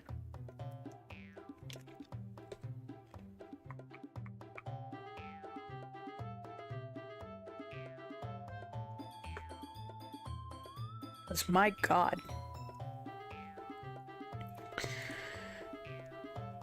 Annie. She's just trying to make me look bad. That's not true. She started it. If she could get over herself and learn to appreciate that simple writing is more effective, then this wouldn't have happened in the first place. What's the point in making your poems all convoluted for no reason? The meaning should jump out at the reader, not force them to have to figure it out. Help me explain that to her, Annie. Well, wait. There's a reason we have so many deep and expressive words in our language. It's the only way to convey complex feelings and meaning the most effectively. Avoiding them is not only unnecessarily limiting yourself, it's also a waste. You understand that, right, Annie? Well? How did I get dragged into this in the first place? It's not like I know anything about writing, but whoever I agree with, they'll probably think more highly of me. So of course that's going to be... I'm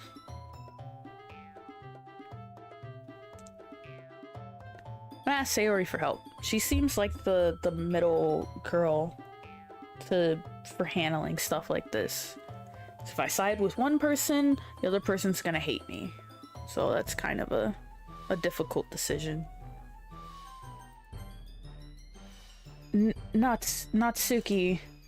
Natsuki glares at me, drying up any words I had in my mouth. Just like my freaking mouth right now is dried up from reading. So instead, I turn to Yuri. But Yuri's expression is so defenseless that I can't bring myself to say anything to her. Sayori. Eh? Yeah. Everyone's fighting is making Sayori uncomfortable. How can the two of you keep fighting when you know you're making your friend feel like this? Annie. Well, that's her problem. This isn't about her. I agree. It's unfair for others to interject their own feelings into our conflict. Yeah, unless Sayori wants to tell Yuri what a stuck-up jerk she's being. She would never. It's your immaturity that made her upset in the first place. Well, I guess asking Sayori for help was a bad choice. Excuse me? Are you listening to yourself? This is exactly why nobody likes... Stop! Natsuki, Yuri, you guys are my friends. I just want everyone to get along and be happy. My friends are wonderful people, and I love them because of their differences. Natsuki's poems, they're amazing because they give you so many feelings with just a few words. And Yuri's poems are amazing because they paint beautiful pictures in your head. Everyone's so talented. So why are we fighting? Because... well... Also, Natsuki's cute and there's nothing wrong with that. And Yuri's boobs are the same as they always were. Big and beautiful.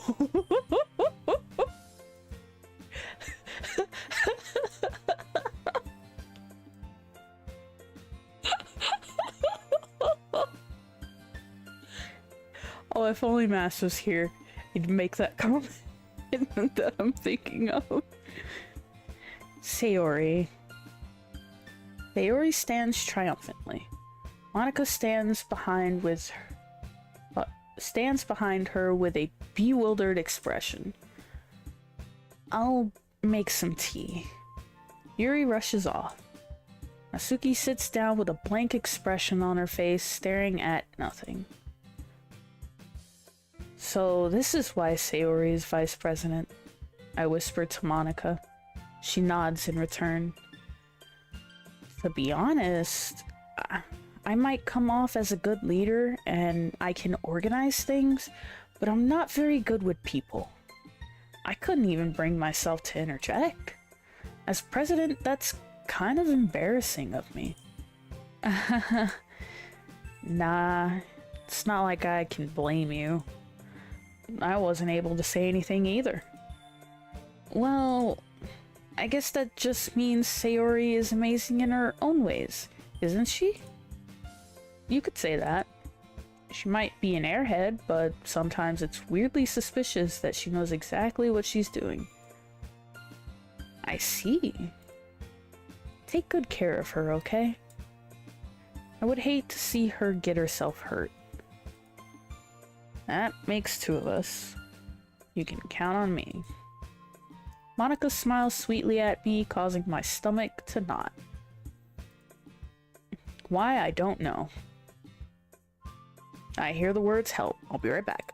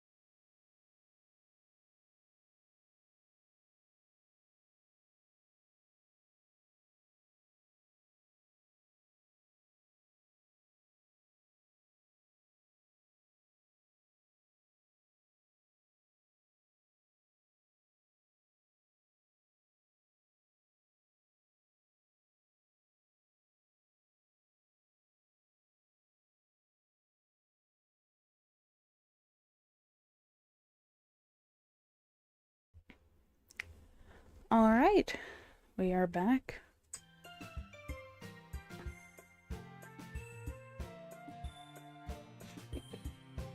I look more sideways. Why do I look more sideways?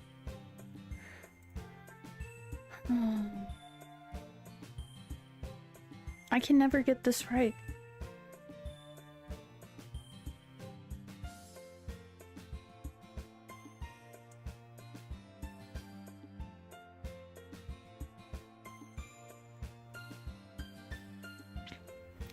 All right. Here we go. Back into this. Okay. Such a genuine person. Really does make a good president, regardless of what she says. If only I get the chance to talk to her a little more. Okay, everyone. It's just about time for us to leave.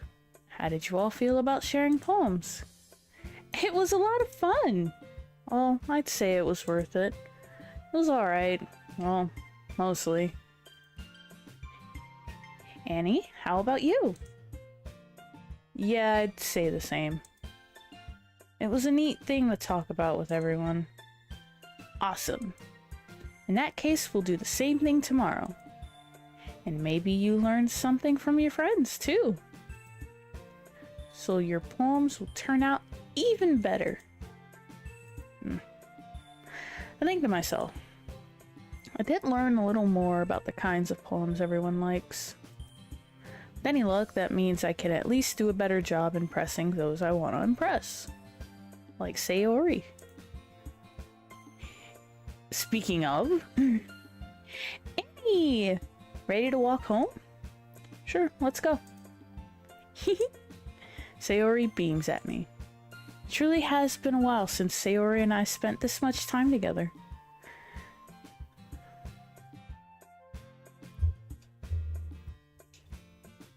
Sorry, it's the sash. It's like throwing me for a loop. Constantly. I can't really say I'm not enjoying it either. Sayori, about what happened earlier. Huh? What do you mean? You know, between Yuri and Natsuki. Does that kind of thing happen often? No, no, no! That's really the first I've seen them fight like that. I promise they're both wonderful people. You don't hate them, do you? No, I don't hate them. I just wanted your opinion, that's all. I can see why they'd make good friends with you. Phew. You know, Annie, it's nice that I get to spend time with you in the club. But I think seeing you get along with everyone is what makes me the happiest. And I think everyone really likes you too. That's... Every day is going to be so much fun. Looks like Sayori still hasn't caught on to the kind of situation I'm in. I got an itchy ear. Oh, for some reason it hasn't been... This is why I always, like, try to make sure everything is still going. Because for some reason, some odd reason... Oh, boy.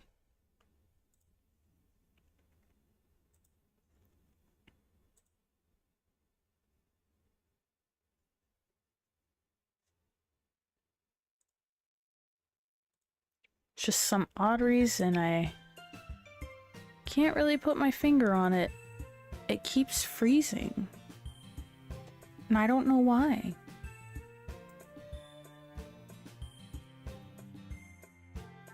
Like, I have the thing, I have it up and everything, so maybe I gotta restart it? I don't know. On the settings, maybe...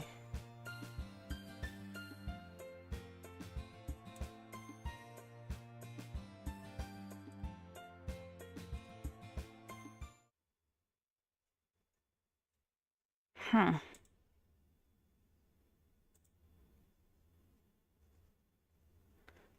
I might have to restart the game. So let's save it here. And probably quit here.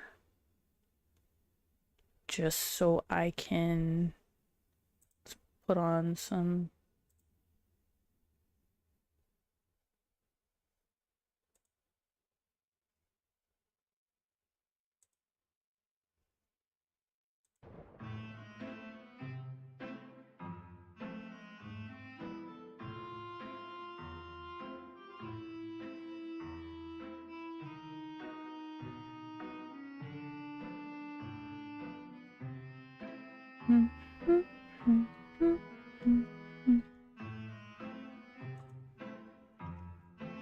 I'm trying everything I can, I promise.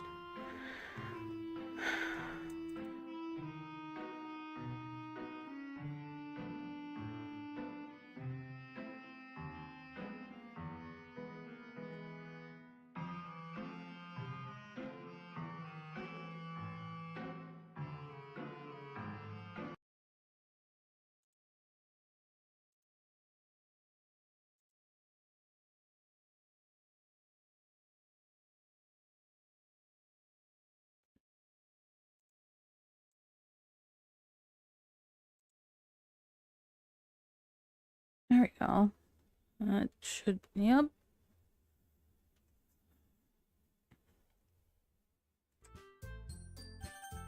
Yep. There we go. That's so weird. I don't know why it did that. Alright, let's go back to me talking to... Yes, I know. Sure, being friends with everyone is nice, but... Does it really need to stop there? We'll just have to see what the future holds, Sayori. Pat Sayori on the shoulder. I wish I could show all that just happened, but it wasn't really much that happened. Just talking to Sayori and talking to Monica, and we're here talking to Sayori again. Said that more to myself than to her, but it's easy to use Sayori as an internal monologue sometimes. Okay. Yeah. Let's do this. We're gonna make another.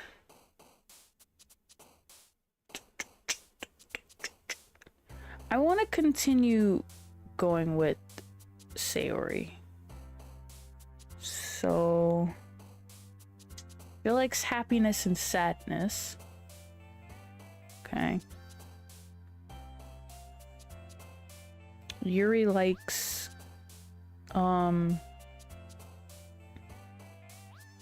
Yuri likes sophistication, I guess, or words with deeper meaning. And Natsuki likes cute. I'm gonna go with warm. It's the easiest choice in my head. Sunny? Okay. Oh, it's getting dark outside. I think the last time I put memories it was Yuri, so... Lazy. Yeah. Hop sounds like something that Natsuki would be. We'll put fireflies. Oh.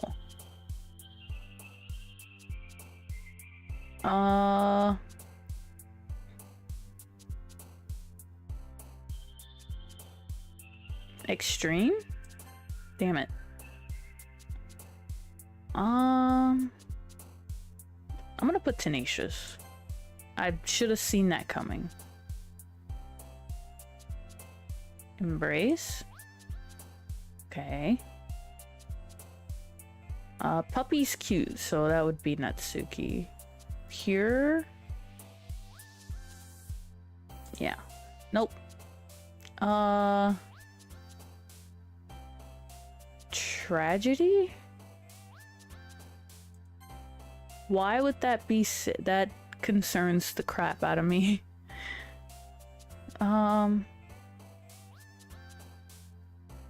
Comfort?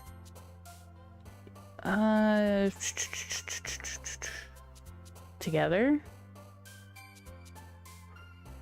Getting better at this, at least. Love. Ambient. Love. Ambient.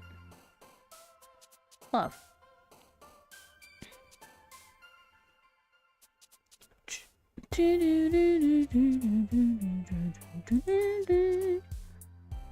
She did mention rain cloud in her poem, and then Monica mentioned happiness and sadness. So pleasure?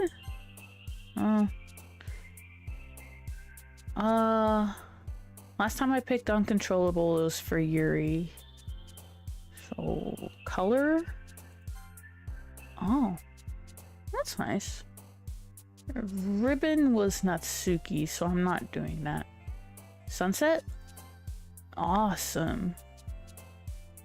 I get to spend time with Sayori again. Excitement.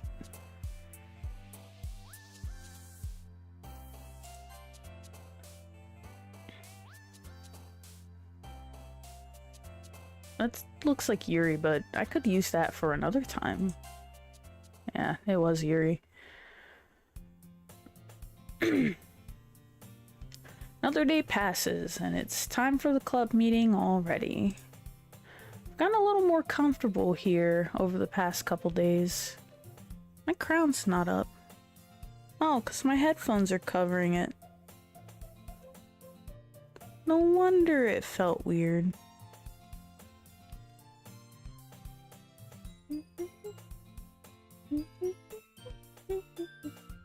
Oh, dang it. Alright, hold on.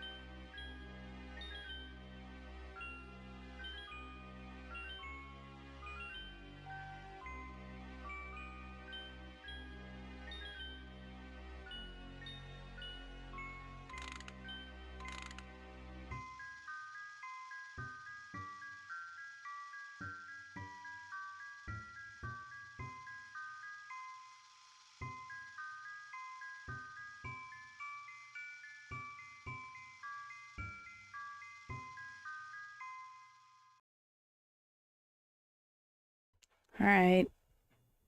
Well, I got everything I needed to do, sorted out and everything.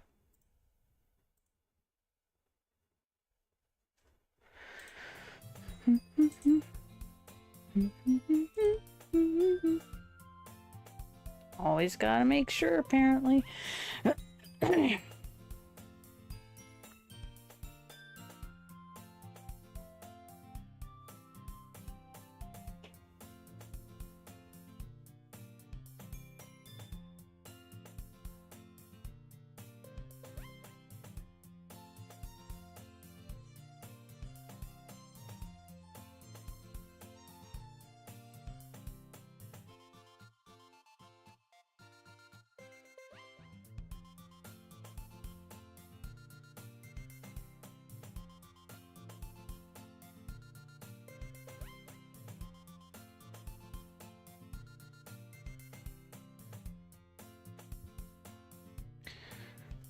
What did I screw up this time?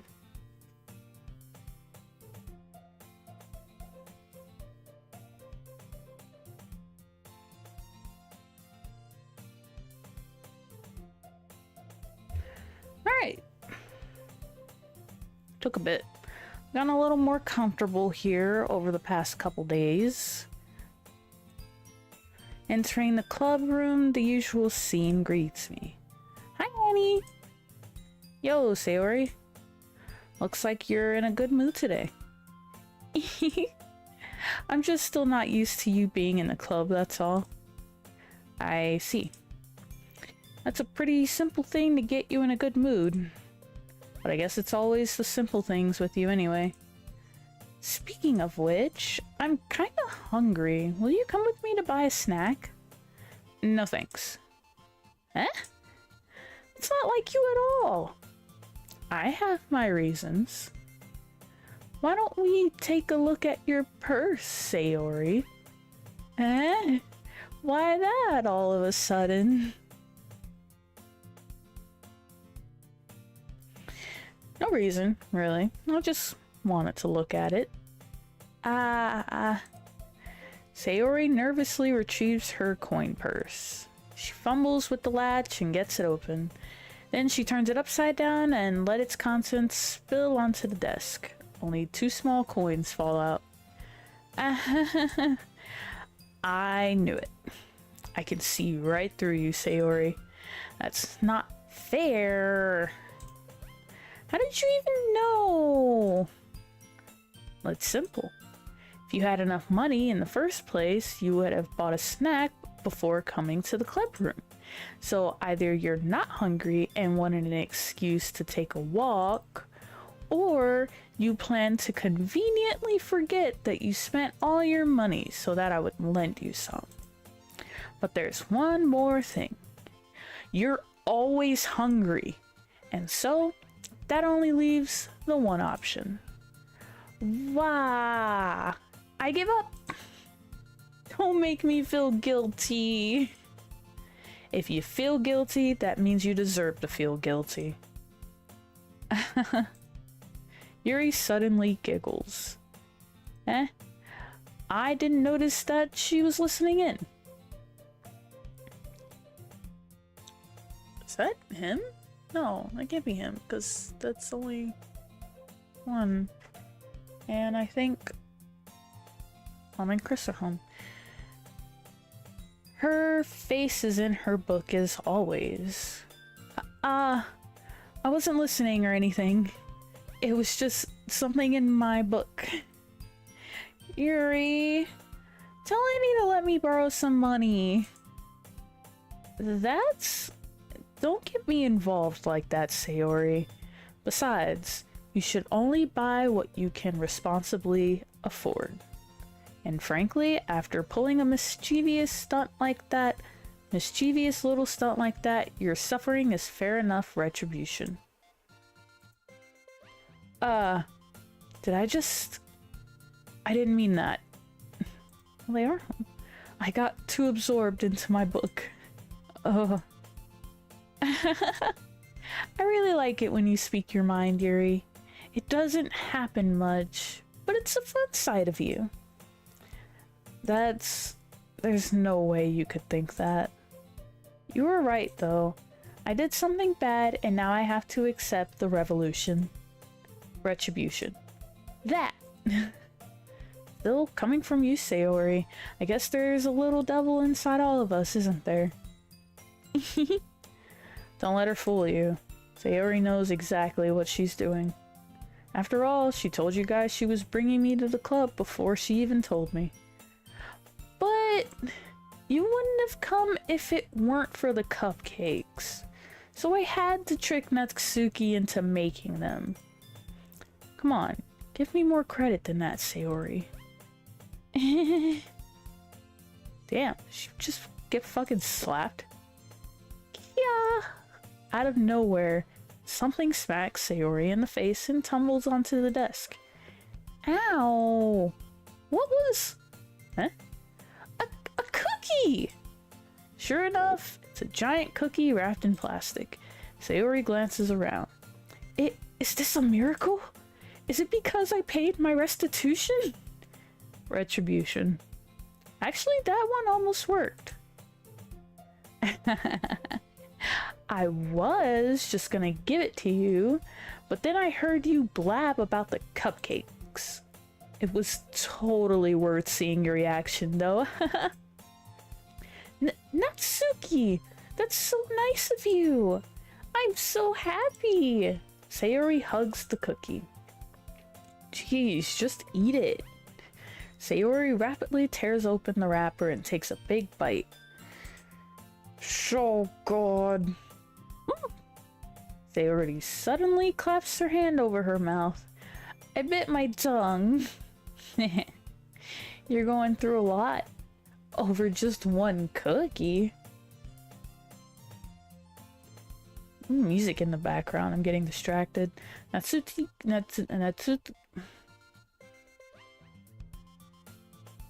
Oh, he is home. I'll be right back.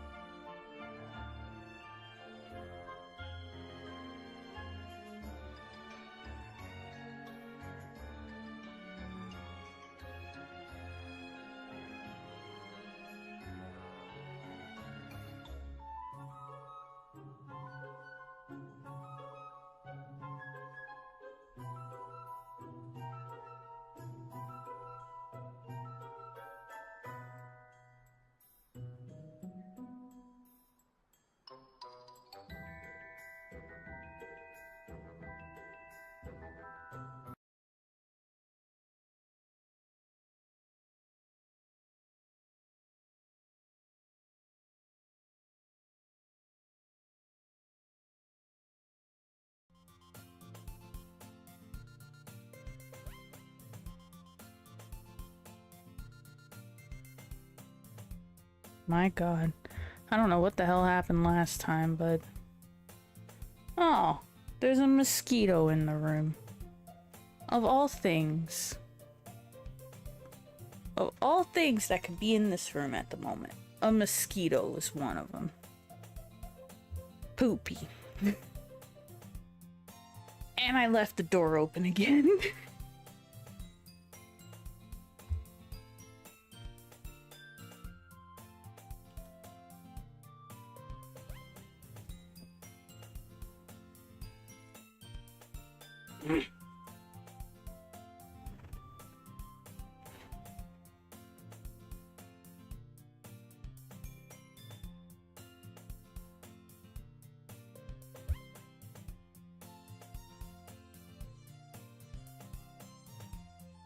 So I don't know how regular prom people wear this. Prom queen and king. That shit. Oh man, come on, not again.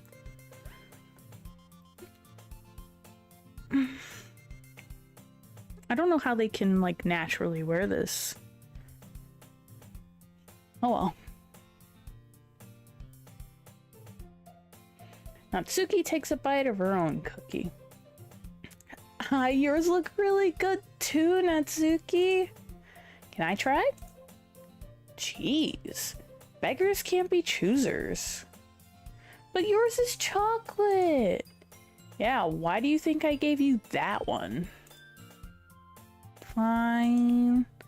I'm still really happy that you shared this one with me. Sayori gets out of her seat, goes behind Natsuki, then wraps her arms around her. Ah, jeez. I get it. Cookie still in hand, Natsuki reaches up to nudge Sayori off of her. Sayori suddenly leans down and takes a bite out of Natsuki's cookie. Hey! Did you seriously just do that? Ooh, mouthful, Sayori trots away to safety. Yuri and I laugh as well.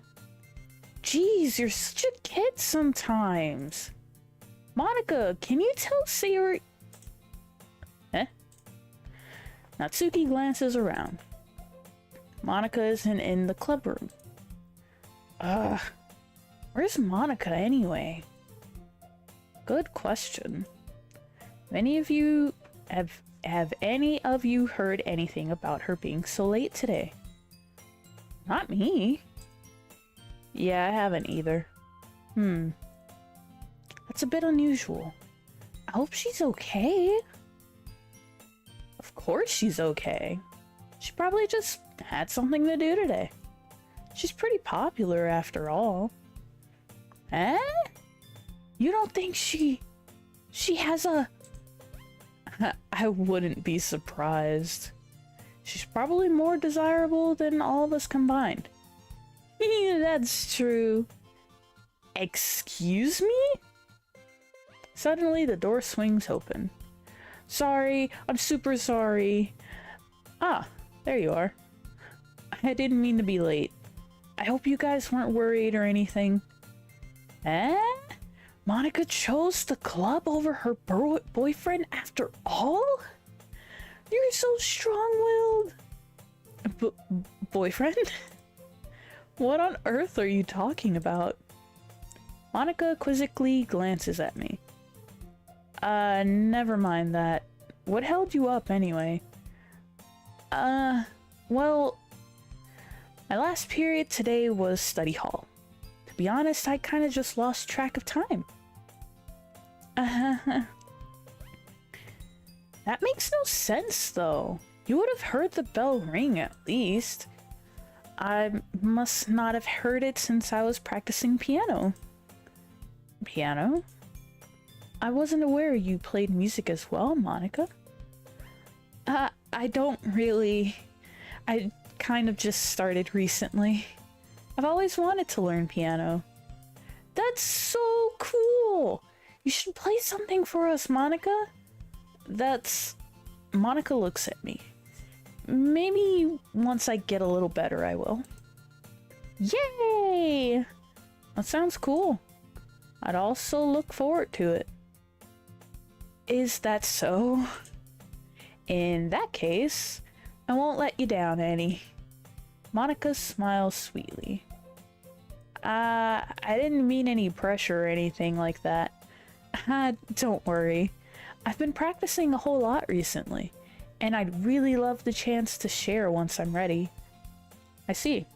In that case, best of luck. Thanks. So I didn't miss anything, did I? Not really. Chose to leave out Sayori's mischievous escapade. I'm sure Natsuki will end up complaining to her anyway. Looks like everyone has already settled down. Sayori somehow already finished her entire cookie. Yuri is back to her book, and Natsuki disappeared into the closet. Annie! Annie! Sayori suddenly comes up to me. I'm gonna get some supplies from another classroom. Wanna come with me? Supplies? What for? Well, you know how the festival is coming up? Me and Monica were gonna make some posters and stuff. So I need to go find some crayons and markers and glue sticks. Ah, I see. Sure, I'll go with you. Yay! Hey Monica, we'll be back soon. Are you going with Annie to get the supplies? There's no need to trouble yourself. I'd be happy to go with him. Oh, but I wanted to go. It's so much fun exploring empty classrooms and stuff. Okay. It was just a suggestion. See if you can find poster paper too, okay? Okay! Ready, Annie? Yep, let's go. Sayori and I exit the club room. I follow behind as Sayori hums and skips around the hallway. Honestly, it feels like I'm taking a kid to the mall or something. Sayori finds pleasure in the simplest things sometimes. Hey, Sayori, what exactly are we doing for the festival anyway? I'm not sure how you would make an event out of literature. Me and Monica have it all planned out. Don't you worry. Is that so? Yep. We're gonna do a poetry performance. A performance? Of what kind? Well, everyone is gonna take turns on stage and recite their favorite poems. Ah, that sounds kind of dull. Annie, you're not thinking about it the right way at all. It's not just about reading poems, it's about performing them. Like, you say the lines of the poem like, "Between my feet, the last remaining flower beckons to me. I twist the stem, freeing it from its clinging roots, caressing the final joyous moments between my fingers. But to what ends have I summoned this joy? For now, when I look in every direction, the once prosperous field before me is but a barren wasteland." Like that. Sayori, how do I put this? I'm sure it's just me, but it's impossible for me to take you seriously when you talk like that. Eh? You meanie. I'm working super hard on this, you know? I know. I just meant that it's pretty unordinary contrast to your cute self. Don't say that, it's embarrassing. But I guess that means I'm doing a good job. Yeah, I guess so. I'm so excited! The festival is gonna be so much fun. Sayori spins herself around in the hallway again. Hey, Annie, this classroom over here is empty. Let's begin the mission. The mission, eh? It's been a long time since I spent time with Sayori like this. But in the end, she hasn't changed one bit. She's nothing but a ball of sunshine, drawing happy vibes from the world around her. It's a pretty nostalgic feeling for me. As the years went by, I began to hold myself up in my room more and more. So going adventuring with Sayori brings about a special sort of feeling I forgot I had in me. So basically, you miss having fun. Basically that. Two of us enter the classroom. Sayori heads straight to the closet and I follow.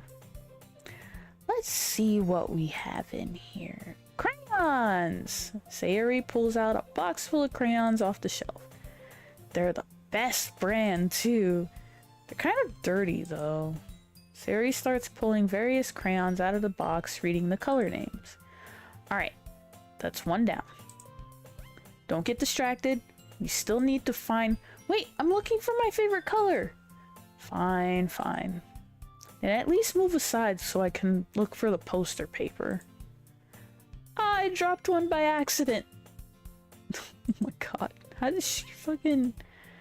Sayori bends over and smacks her forehead right into the shelf.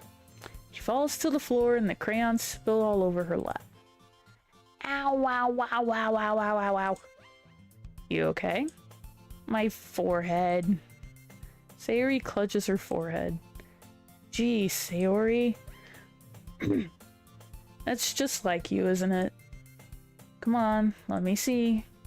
When Sayori is sitting on the floor, I grab her by the waist and pull her out of the closet. You have to move your hands, Sayori. But it hurts. Just do it for a second. Sayori slowly releases her hands from her forehead. She didn't even drop that many. There's only 4 crayons on the floor. Alright. I gently brush her bangs to the side. Ow! Sorry. There's a huge red mark on the center of her forehead. Bump is starting to form as well. Man, that's gonna swell up. Should find you some ice. Annie? Where would I even find ice around this time? I guess a cold drink would do. You don't have to... I'm fine with looking like a unicorn. Even wincing from the pain, Sayori makes a silly joke. What are you saying? I'll be right back, okay? Okay. Pat Sayori on the shoulder and run out into the hallway. Locate the nearest vending machine. What should I get? Doesn't really matter since it will be used as an ice pack rather than to drink. But I know Sayori likes apple juice, so I purchased that one. In just a moment, I'm already returning to the classroom where I left Sayori. Okay, she's still sitting. She has one palm on her forehead and is using the other hand to clumsily scoop crayons back into the box. At least they were already in the wrong spots before I spilled them. Sayori, here. Hand Sayori the bottle of apple juice. It's nice and cold. Sayori opens the caps and starts drinking from it. Of course she does. Sayori, what are you doing? It's for your forehead, idiot. Ah, sorry, I forgot. How hard did you hit your head? Sayori places the bottle against the bump on her head. It stings. Just bear with it, it'll feel better soon. Looks like you cleaned up most of the crayons, so that's good. Hey, Annie. This kind of reminds you of growing up, doesn't it? Huh? What do you mean? You know how we used to play outside all the time, and I would always try to keep up with you. You were kind of oblivious in some ways. Like I usually fell behind or had trouble climbing on the things you did. But sometimes when I tried to do things I couldn't, I would get myself hurt. I'd fall and scrape myself or get a bump. I would start crying really hard. And you would rush over as quick as you could. You would try really hard to get me to stop crying. It was almost like you blamed yourself and were afraid of getting in trouble if someone found out. Even though it really wasn't your fault at all, you know? Did I really do that? Yeah, you don't remember? Come to think of it, maybe I'd remember a bit. I guess I was always so focused on my games that I didn't pay enough attention with you. So in a way, it was my fault. Kind of like this time too. I wasn't rushing you out of the closet, you probably wouldn't have hit your head. Annie. I don't think you realize it, but you're always thinking about other people. Even after all these years.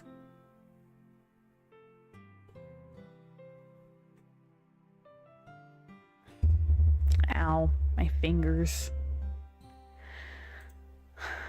You're rushing to help me, even though I'm just being clumsy. You're really a sweetheart. Don't call me that. I don't really do this kind of thing all the time. I guess when it comes to you, it just feels natural. Before I even know it, I'm treating you like that. I guess that's what happens when you've been friends for a long time. Really? Maybe you're right. Annie, I'm so glad that nothing's changed between us. You think it'll be like this forever? Forever? If I'm being honest to myself, there's no telling where we'll end up for college or after that. There's a lot of clickies. You can kinda hear it, but not really. So it wouldn't be fair for me to make any promises. But, well, I hope so. It's been this long already, right? Can't imagine you ever changing, so my hopes are up. I'm so happy. Sayori has a whimsical expression in her eyes. We remain silent for a moment. She's so silly and clumsy on the outside that when I see her deep in thought like this, it makes me not want to disturb her. I guess we should go back. I don't want to worry Monica, you know? Good luck with that. She's gonna see your forehead either way. Not if I hide it under my bangs. Yeah. Just about really good. Oh, she hops to her feet. She clutches her forehead again. Don't stand up so fast after hurting yourself. Oh. Well, I guess it's too late now. Anyway, let's go. Follow Sayori out of the classroom. Sayori plays with her bangs to try and hide the bump, but without much success. In a moment, we make it back to the club room. Ah, you're back! Good timing. I was just about ready to start with sharing our poems. Ah, Sayori, your forehead. She's fine, don't worry about. I was playing with the crayons and smacked my forehead into the shelf. Well, anyway. Were you able to find everything we needed? Uh-huh, I have it right. Huh? Sayori frantically glances around herself. I forgot all the stuff. Calm down, Sayori. I have it all right here. Found the poster paper, too. Sounds like you ended up doing all the work, Annie. Well, Sayori failed to come up with an excuse for Sayori. I made it an adventure. Yeah, that. Okay. In any case, good work. I'll start working on the posters tonight. Me too! Okay, everyone. Are you ready to share your poems? Guess I should grab mine. I didn't realize that was me talking. Thought that was Monica. After making sure the crayon box is closed tightly, I return to my seat.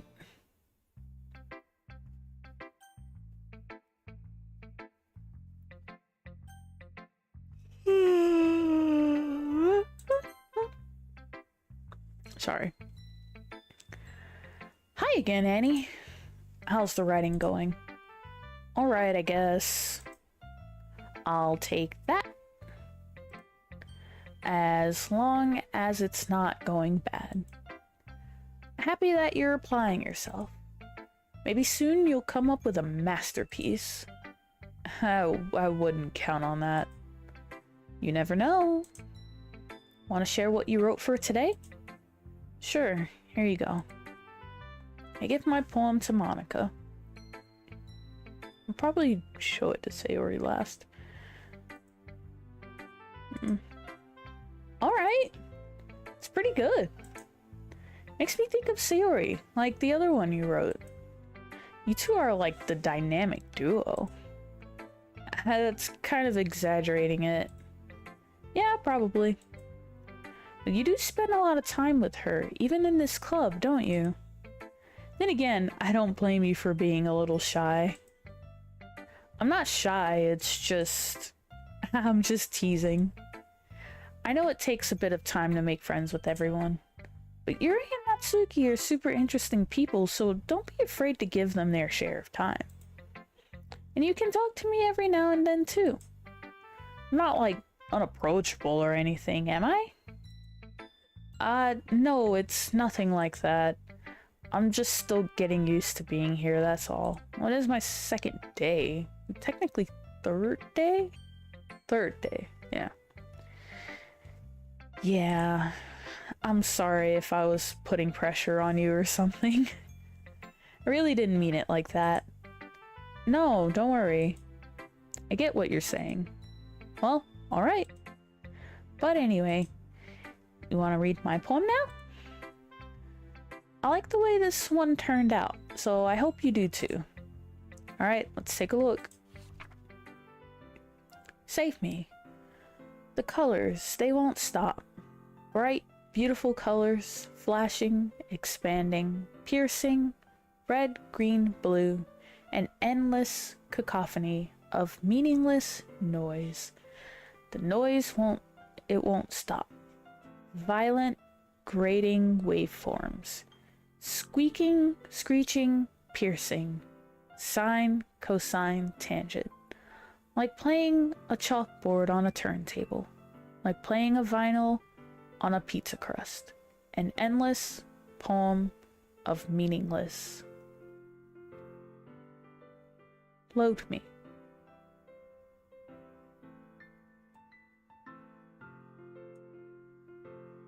Okay.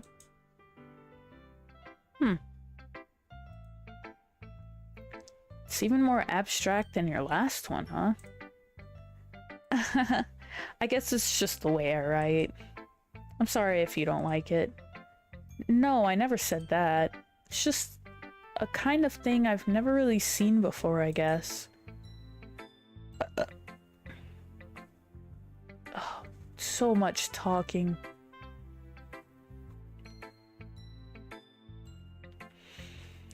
I kind of like playing with my space on the paper.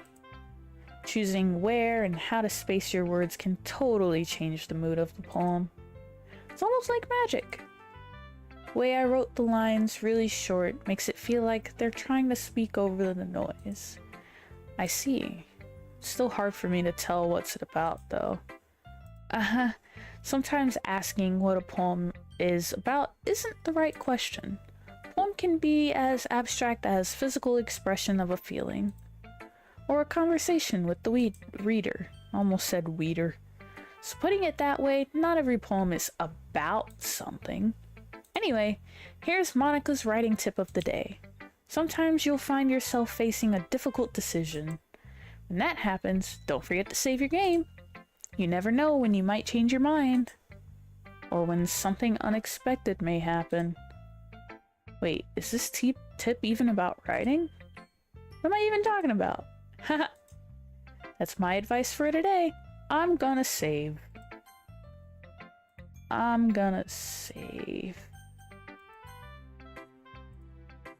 Thanks for listening. Yuri. Let's go from the bottom up. Let's see what you've written for today. Well done, Annie. Your skills are already improving. Really? Thanks, Yuri. Coming from you, that means a lot. nothing. My sash is falling again. I want to take it off.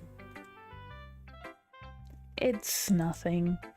I'm just happy to help inspire fellow writers. I know you're new to this, so don't worry so much if it seems like you can't get your poem to feel perfect.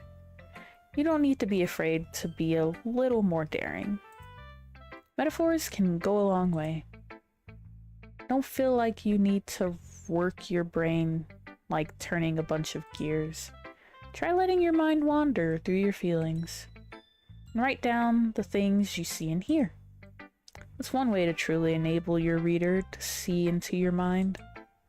It's a very intimate exercise. I see. That's a certainly interesting technique. I want my soda. Gotta cover up the logo and all that.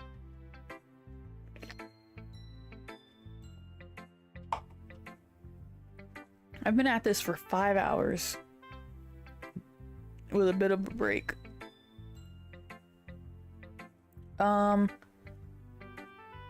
I will end the stream in a little bit because trick-or-treating's later, and also dinner's gonna be ready in a bit. That's a certainly interesting technique, but I will be back later to play A Quiet Place. I've been avoiding that game for like ever because I'm scared. I'm a little scared puppy dog.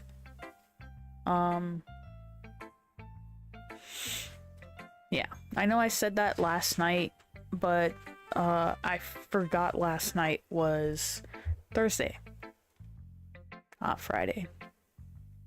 Whoopsies.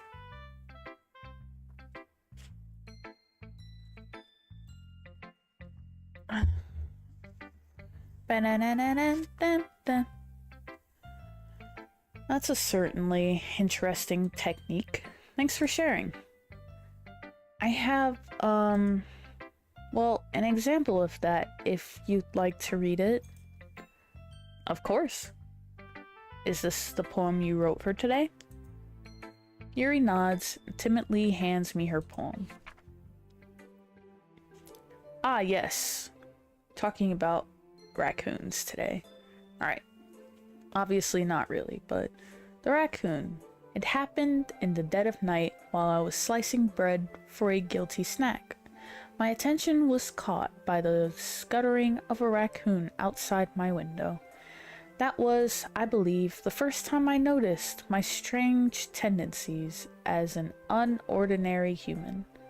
I gave the raccoon a piece of bread, my subconscious well aware of the consequences, well aware that a raccoon that is fed will always come back for more.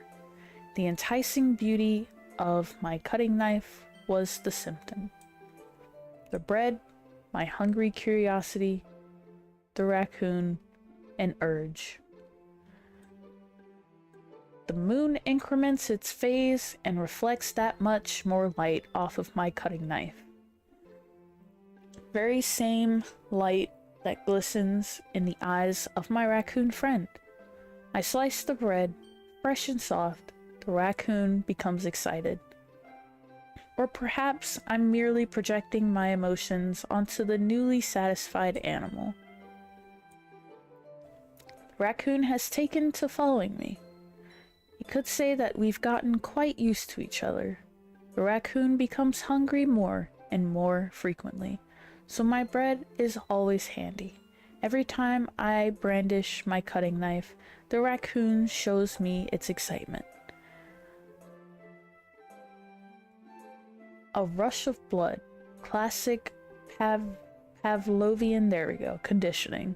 I slice the bread. I feed myself again. That one's long. And confusing. I was a little more daring with this one than yesterday's. I can see that. It's a lot more metaphorical. I don't know if it's my fault, but I can't begin to imagine what this poem is about. That's right. It's a bit closer to my preferred writing style, using the poem as a canvas to express vivid imagery and conveying emotions through them. yeah, if I take it at face value, then I can't even figure out what it's supposed to mean. Well, I think it's something that different people can relate to in their own way. I wanted to express the way it feels for me to indulge in my more unusual hobbies. It's those sorts of things I'm usually forced to keep to myself. If you heard that, that was just my hand cracking. So I sometimes enjoy writing about them. Why do you keep them to yourself? I don't know. Why do we keep anything to ourselves?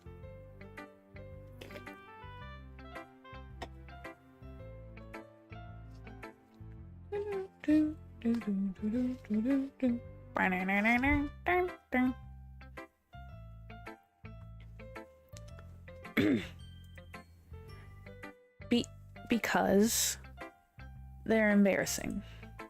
And people would make fun of me. Don't you have anything like that, Annie? Well, yeah, I guess I do. I feel like everyone has a little something like that.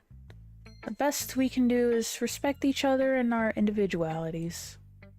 Even if it's difficult sometimes, and some things make us uncomfortable. After all, if I hadn't learned to embrace my own weirdness, I would probably hate myself. I might be ranting a little bit now, but I'm glad that you're a good listener. Alright, Natsuki.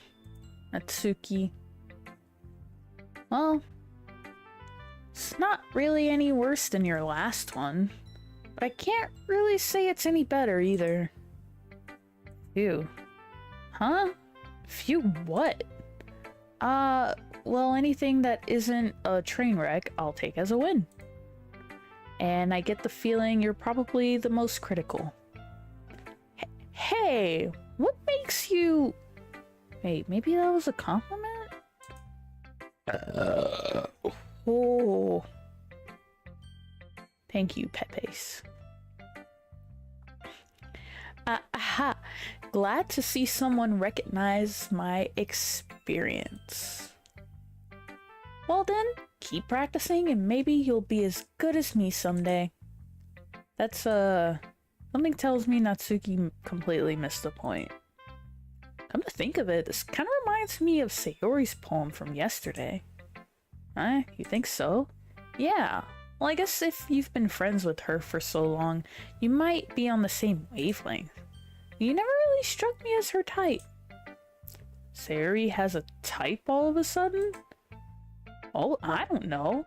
But honestly, how can someone so, fluffy spend so much time with someone like you? It's like she's dragging around dead weight. That was a little unnecessary. But think of it this way, if it weren't for me, she would probably just fly away like letting go of a balloon. You could say we each take care of each other in our own way. Whatever it is, I don't get it. Oh yeah, I guess I'm supposed to show you my poem. Here. Amy likes spiders. You know what I heard about Amy? Amy likes spiders. Icky, wriggly, hairy, ugly spiders.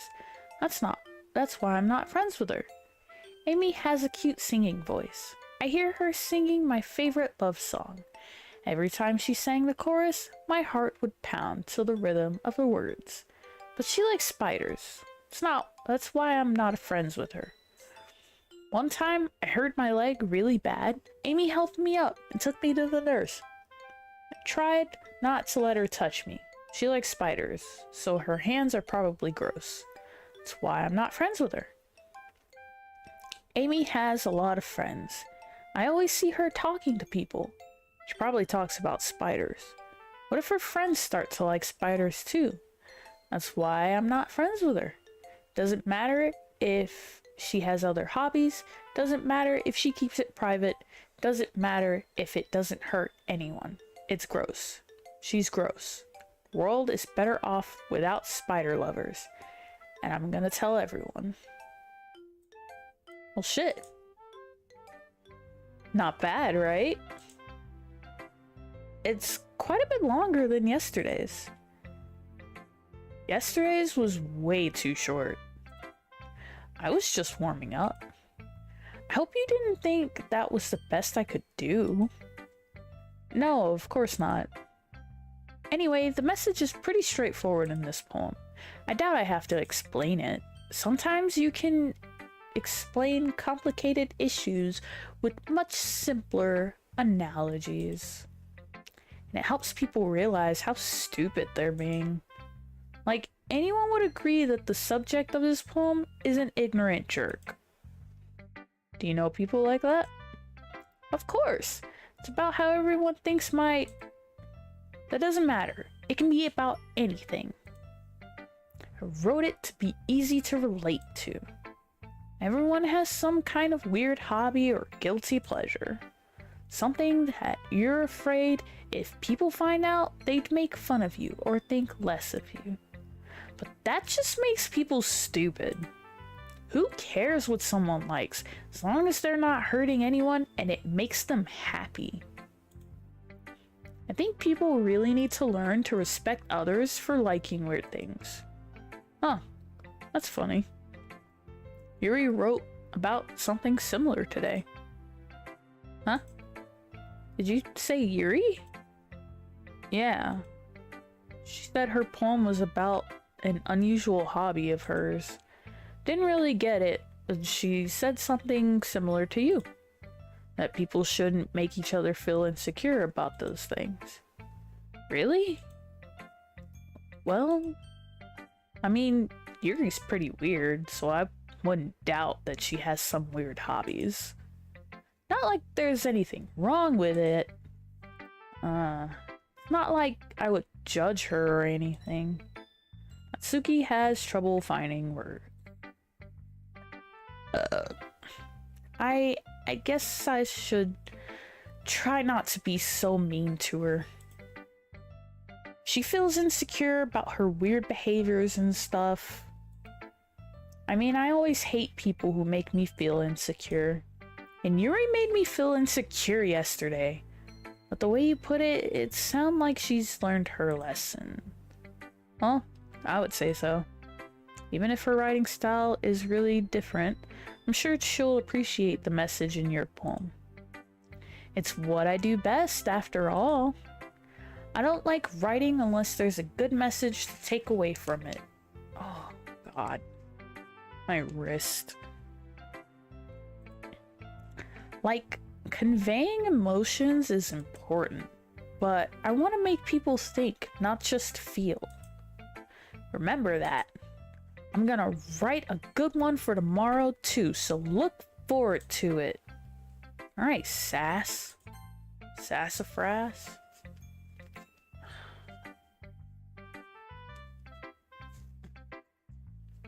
Sorry. Annie, really love your poems. Can't believe you've been hiding these from me. I'm not hiding anything. But your poems are so good. Yesterday's and this one too. You can't tell me you haven't done this before. I mean, you're really the only one who feels that way, so... Eh? No way! Not even Natsuki?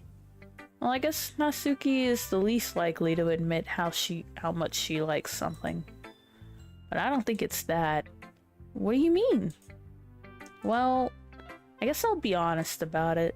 It's a lot easier to write poems when I'm thinking about you. Eh? What? Stop thinking weird things, idiot. I just mean that you're a really expressive person, I guess. How am I supposed to write poems about my own stupid life? You somehow make everything in your life an adventure. Even the little things.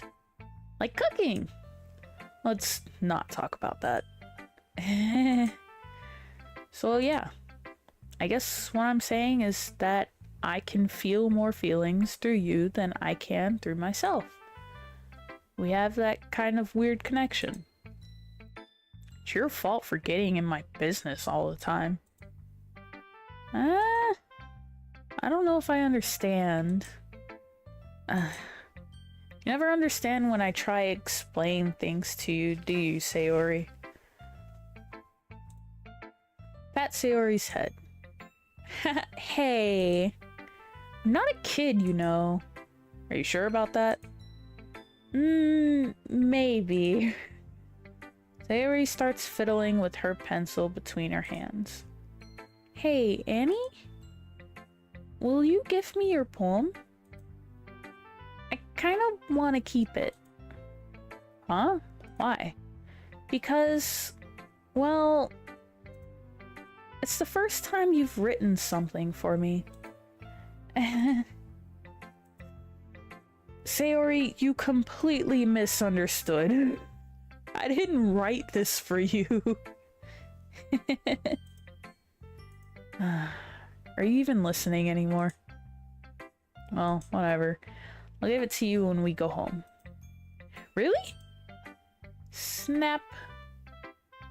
What snapped? Ah! I broke my pencil.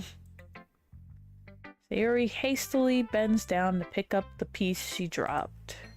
But being inattentive to her surroundings, she bumps right into me. Sorry. It's fine, it's fine. I'll get it for you. Bend down and pick up the broken pencil. Sayori clutches the desk beside her to support herself, knees shaking. I'm a little clumsy today. Let's sit down, Sayori. Yeah. I grab Sayori's arm and help her sit at the desk. Anyway, I still haven't read your poem. Oh! Sorry, I forgot about that. But it's not as good as yours. Jeez, don't worry. I'm sure I'll like it.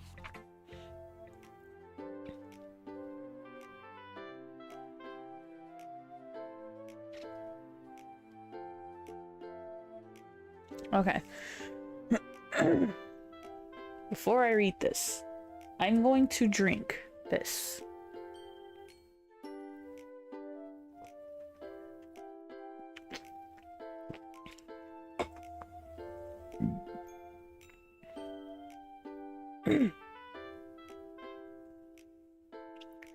Bottles.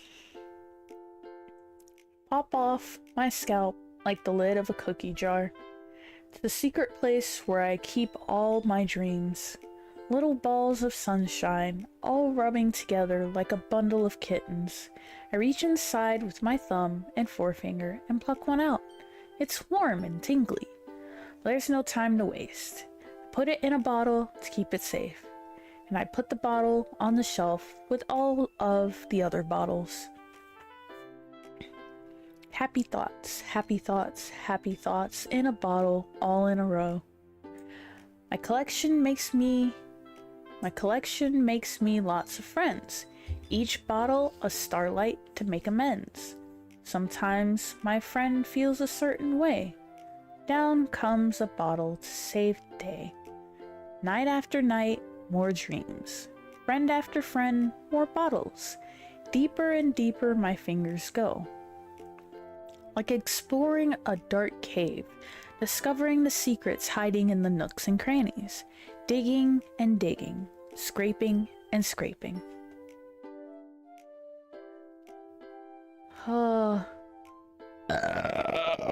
Excuse me.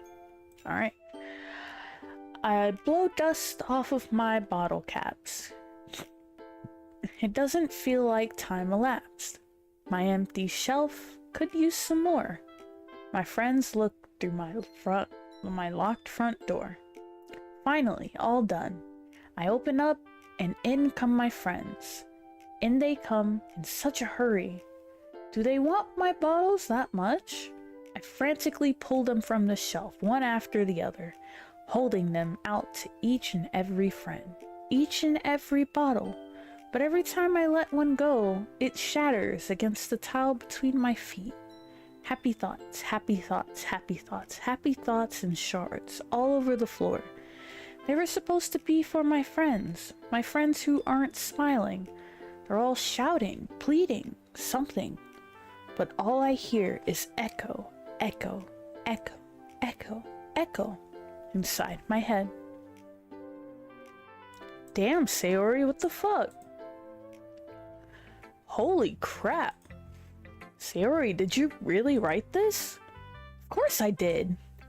Didn't I tell you yesterday I was gonna write the best poem ever? Yeah, but I mean, I didn't expect something like this coming from you. Monica taught me a whole lot, and I've been really in touch with my feelings recently. I see that. It's almost kind of creepy. Creepy? Well, not exactly. Maybe because I'm so used to you being cheerful. Well, never mind. Thinking too hard about it. The point is, it came out good, so you should be proud of it. Aw, thanks. I feel like I was meant to express myself this way. It even helps me understand my own feelings a little bit better. Writing is like magic. You've gotten pretty passionate about this, huh? I hope you keep it up. Yeah! Writing's the best. I'm gonna keep writing until I die. Don't get ahead of yourself. Sayori's always had a habit of getting obsessed with something before dropping it no more than a week later. I wonder if this is one of those times. Seeing the passion in her eyes makes it hard for me to be pessimistic. Okay, everyone.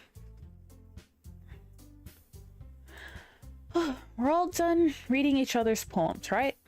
I have something extra planned today, so if everyone could come sit at the front of the room. Is this about the festival? Well, sort of. Do we really have to do something for the festival? It's not like we can put together anything good in just a few days. We'll just end up embarrassing ourselves instead of getting any new members. That's a concern of mine as well. I don't really do well with last-minute preparations. Don't worry so much. We're going to keep it simple, okay? We won't need much more than a few decorations. Sayori has been working on posters and I've designed some pamphlets we can give out during the event. Hey, Sammy. I'm glad you've joined. Okay, that's great and all, but that doesn't tell us what we're actually going to be doing for this event. Sorry, I thought you heard about it already. We're going to be performing. Performing? Monica? Yeah, we're gonna be having a poetry performance. Each of us are going to choose a poem to recite during the event. But the cool part is, we're also going to let anyone else come up and recite poems too. Sayori's putting it all on the posters in case anyone wants to prepare ahead of time. Sayori, who's been coloring a poster, holds it up for us to see. Happy Halloween, Sammy. I forgot to say, I am very sorry.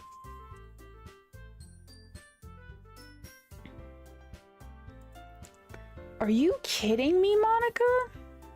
You didn't already start putting these posters up, did you? Well, I did. Do you really think it's that bad of an idea? Well, no. It's not a bad idea. But I didn't sign up for this, you know. There is no way I'm going to be performing in front of a group of people like that. I agree with Natsuki. I could never, in my life, do something like that. Imagining it, Yuri shakes her head in fear. Guys. No, Sayori. I understand where they're coming from. Remember that Natsuki and Yuri have never shared their poems with anyone until just a couple days ago. a lot to ask for them to recite their poems out loud to a whole room full of people. I guess I kind of overlooked that. So, I'm sorry. But I still think we should give it our best. We're the only ones responsible for the fate of this club. If we start the event and each put on a good performance, then it will inspire others to do the same. And the more people who perform, the better we'll be able to show everyone what literature is all about. Yeah! It's about expressing your feelings, being intimate with yourself, finding new horizons, and having fun. That's right. And it's those reasons that we're all in this club today.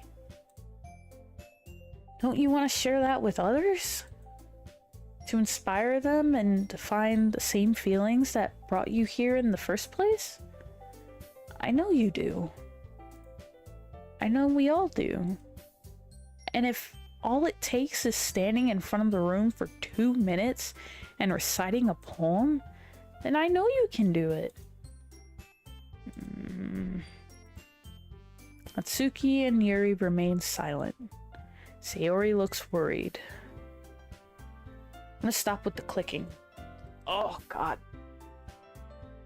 I'm gonna eat this. It's a lot better. I guess that leaves me no choice. I agree. I don't think it's too much to ask. I think that Sayori and Monica have been trying really hard to get new members. The least we can do is help them out a little bit. Well, maybe, but it looks like Natsuki doesn't have any arguments left. Ugh. Okay, fine. Guess I'll just have to get it over with. Alright. Phew. Thanks, Natsuki. What about you, Yuri? Yuri dejectedly glances around at everyone else's expectant faces. I guess I don't really have a choice. Ha! That's everyone! You're the best, Yuri. This club is seriously going to be the death of me. Oh gosh. You'll be fine, Yuri. But anyway, let's move on to the main event. I want each of you to choose a poem of yours. We're going to practice reciting them in front of each other. No way! Monica! This is too sudden! Well, if you can't recite your poem in front of the club, how do you expect to do it in front of strangers? Oh no. Don't worry. I'll start off to help everyone feel a little more comfortable. Can I go next?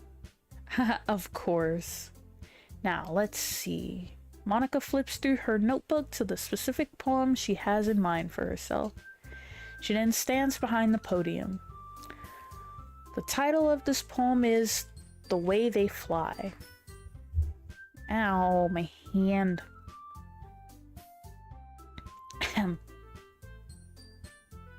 Happy Halloween, Sammy.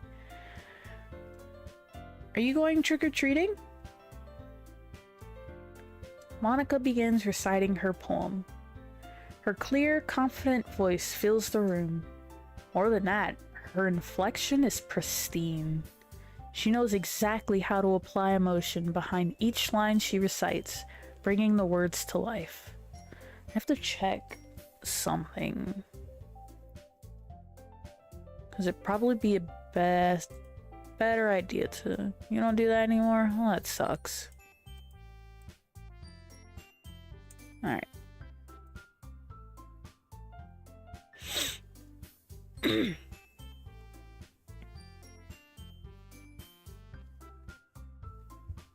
Are you not even passing out candy to the happy little shits that walk by? I'm gonna let you know before I get to the next part. I'm going to save and then I'm going to end the stream because as you can see, I've been on here for about 5 hours. Every now and then I took breaks, but dinner will be ready soon and in that moment I will go. But I will be back later in a couple hours to go play A Quiet Place. Maybe for like an hour or two, because I plan on pulling a little trick with my husband, who's downstairs cooking at the moment. Okay. Is this something she's done before, or is she simply a natural? I glance around me. Everyone has their eyes on Monica. Sayori looks amazed. Yuri has an intense expression on her face that I don't understand. Finally, Monica finishes the recitation. The 4 of us applaud. Monica takes a breath and smiles. That was so good, Monica! Thank you very much. I was just hoping to set a good example. Are you ready to go next, Sayori? I'll go next. Jesus. Whoa! Yuri's fired up all of a sudden.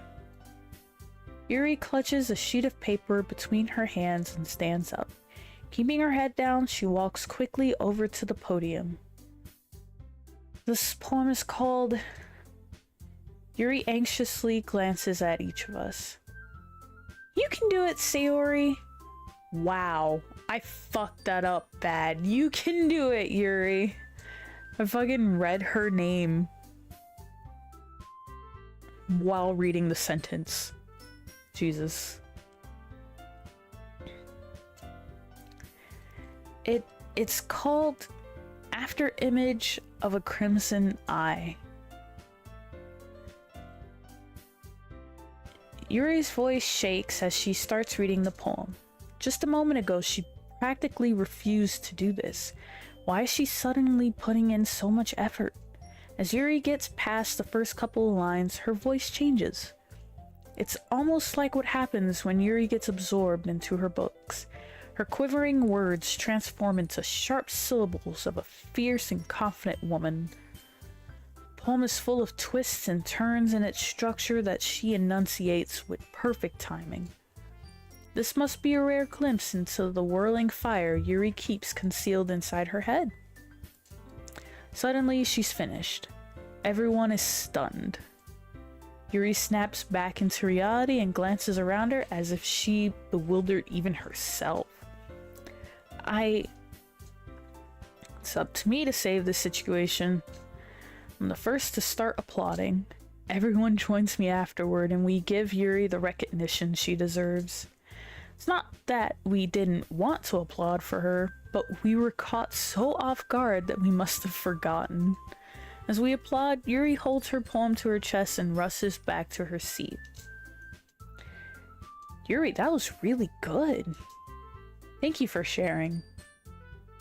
Looks like Yuri is down for the count. Okay, I guess I'm next then. Yuri hops out of her chair and cheerfully walks up to the podium. This one's called My Meadow.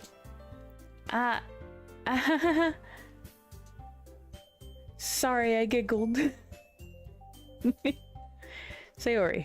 It's a lot harder than I thought. How did you guys do it so easily? Try not to think of it like you're reciting to other people. Imagine you're reciting it to yourself, like in front of a mirror or in your own head. It's your poem, so it'll come out the best that way. I see. Okay then. Sayori begins her poem. Somehow it feels like her soft voice was made as a perfect match. The poem isn't aimlessly cheery like Sayori is. It's serene and bittersweet. If I were to read this on paper, I probably wouldn't think much of it.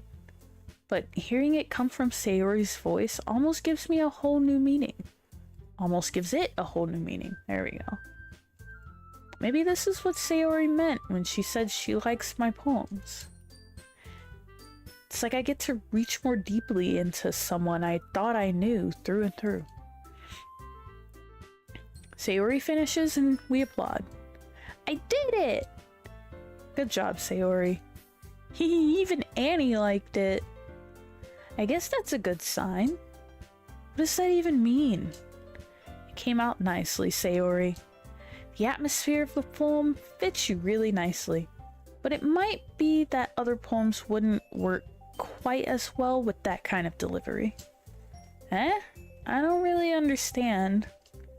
In other words, I've seen poems of yours where that sort of gentle delivery wouldn't work as well. They might need a little more force behind them, depending on what you're reading. Oh, I know what you mean. Well, I've been practicing that kind of thing. It's just embarrassing to do it in front of everyone. Then next time, I'm going to make you pick a poem that challenges you a little more. We don't have much time before the festival, you know. Okay. Now, who's next? Natsuki? Don't make me go before Annie. It's not like I can compare to you guys anyway. Might as well let Annie lower everyone's standards a little before I have to do it. Natsuki. That's fine, it's fine. Might as well get it over with. It's not like I have much of a selection of what to read. I'll just have to go with what I wrote for today. I stand up and step in front of the podium. Everyone has their eyes on me, making me feel terribly awkward. I recite my poem. Since I'm not exactly confident in my own writing, it's hard to put energy into it. Despite that, once I finish, I receive an applause anyway. Sorry, I'm not really as good as everyone else. Don't worry about it so much. I think it's less about your abilities and more about your lack of confidence in your writing. That's something that'll improve over time, though. Yeah, maybe. All right, then. That just leaves you, Natsuki.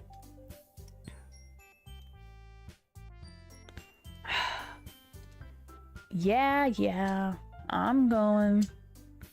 Natsuki begrudgingly gets out of her seat, makes her way to the podium. The poem is called... Why are you all looking at me? Because you're presenting. Anyway, the poem is called Jump. Natsuki takes a breath. Once she starts reciting the poem, her sour attitude disappears a little. While she's still a little unenthused, her poem has a rhythm and rhyme to it. It's Natsuki trademark style, and it works surprisingly well when spoken out loud. The words feel like they bounce up and down, as if giving life to the poem. Natsuki finishes and everyone applauds. She hops back to her seat. That wasn't so bad, was it? Easy for you to say. You'd better not make me do that again. Well, do you at least feel prepared enough to recite a poem in front of other people? I mean, doing it in front of other people will be way easier. I can put on whatever face I want for other people, but when it's just my friends, it's just embarrassing. That's a surprise, Natsuki. I think it would be the other way around for me. Well, that's just how it is, so... Well, I guess in that case, you won't have much to worry about for the festival. That said, I want to thank everyone for coming through. It might be hard, but I hope that you'll all have an idea of what it's like now. Make sure you pick a poem and get enough practice before the festival, okay? I'll be making pamphlets, so let me know ahead of time what you'll be reciting. Jeez. I should probably find some other poem to recite instead. That's fine too. It doesn't have to be your own. I'm already pleasantly surprised that you're putting in all of this effort for the club. It makes me really happy. Yeah, no problem. Okay, everyone. I think that's about it for today. I know the festival is coming up, but let's try to write poems for tomorrow as well. It's been working out really nicely so far, so I'd like to continue that. As for the festival, we'll finish planning tomorrow, and then we'll have the weekend to prepare. Monday's the big day. I can't wait. I can do this. I can do this. Alright. I stand up. There's no way I'll be able to find the same enthusiasm as Sayori and Monica, but I'll do my best to get through it. If it's for the sake of the club and impressing Monica, then I'll have to do my best. Ready to go, Sayori? Yep. Look at you two, always going home together like that. It's kind of adorable, isn't it? Fucking adorable. Calm down. Jeez, guys, don't make such a big deal out of it. It must be a little nice, though. Well, how am I supposed to respond to that? It's okay, Annie, you don't have to say it. Whatever, let's go already. I walk home with Sayori once more. Even though it's only been a few days, a lot of things have already changed. Today, Sayori is being a little quieter than usual on the way home. Hey, Sayori? Sorry, I was spacing out. Ah, no wonder. I was thinking about something from earlier. I like how we get to... Sayori fumbles with her words. So, let's just say that one day Yuri asks to walk home with you. Huh? What would you do? What kind of question is that? You're kind of putting me on the spot here. Alright. We've been going through the path for Sayori as best as I could. So I think I'd still walk with her, at least. Walking with Yuri might kind of be intimidating anyway, but I'd still walk home with Sayori. Sayori, you really think I'd ditch you for Yuri? Huh? But she's so beautiful and smart. Jeez, I already see her in the club every day. Besides, you always seem to really like going home together. Wouldn't just ruin that for you. You're so silly, Annie. You think about me too much sometimes. Yuri would deserve it if she wanted it, so... Sayori, I've already made up my mind. I really can't figure you out sometimes. Sorry. Besides, what's the point in speculating something that's never going to happen? Conversation trails off. Kind of a weird thing for Sayori to care so much about. But I want to respect her and keep her happy too. And again, the festival is only a few days away. Who knows what will happen in that time. I am going to save here. Wow, I actually saved in a good place. Yes. Oh.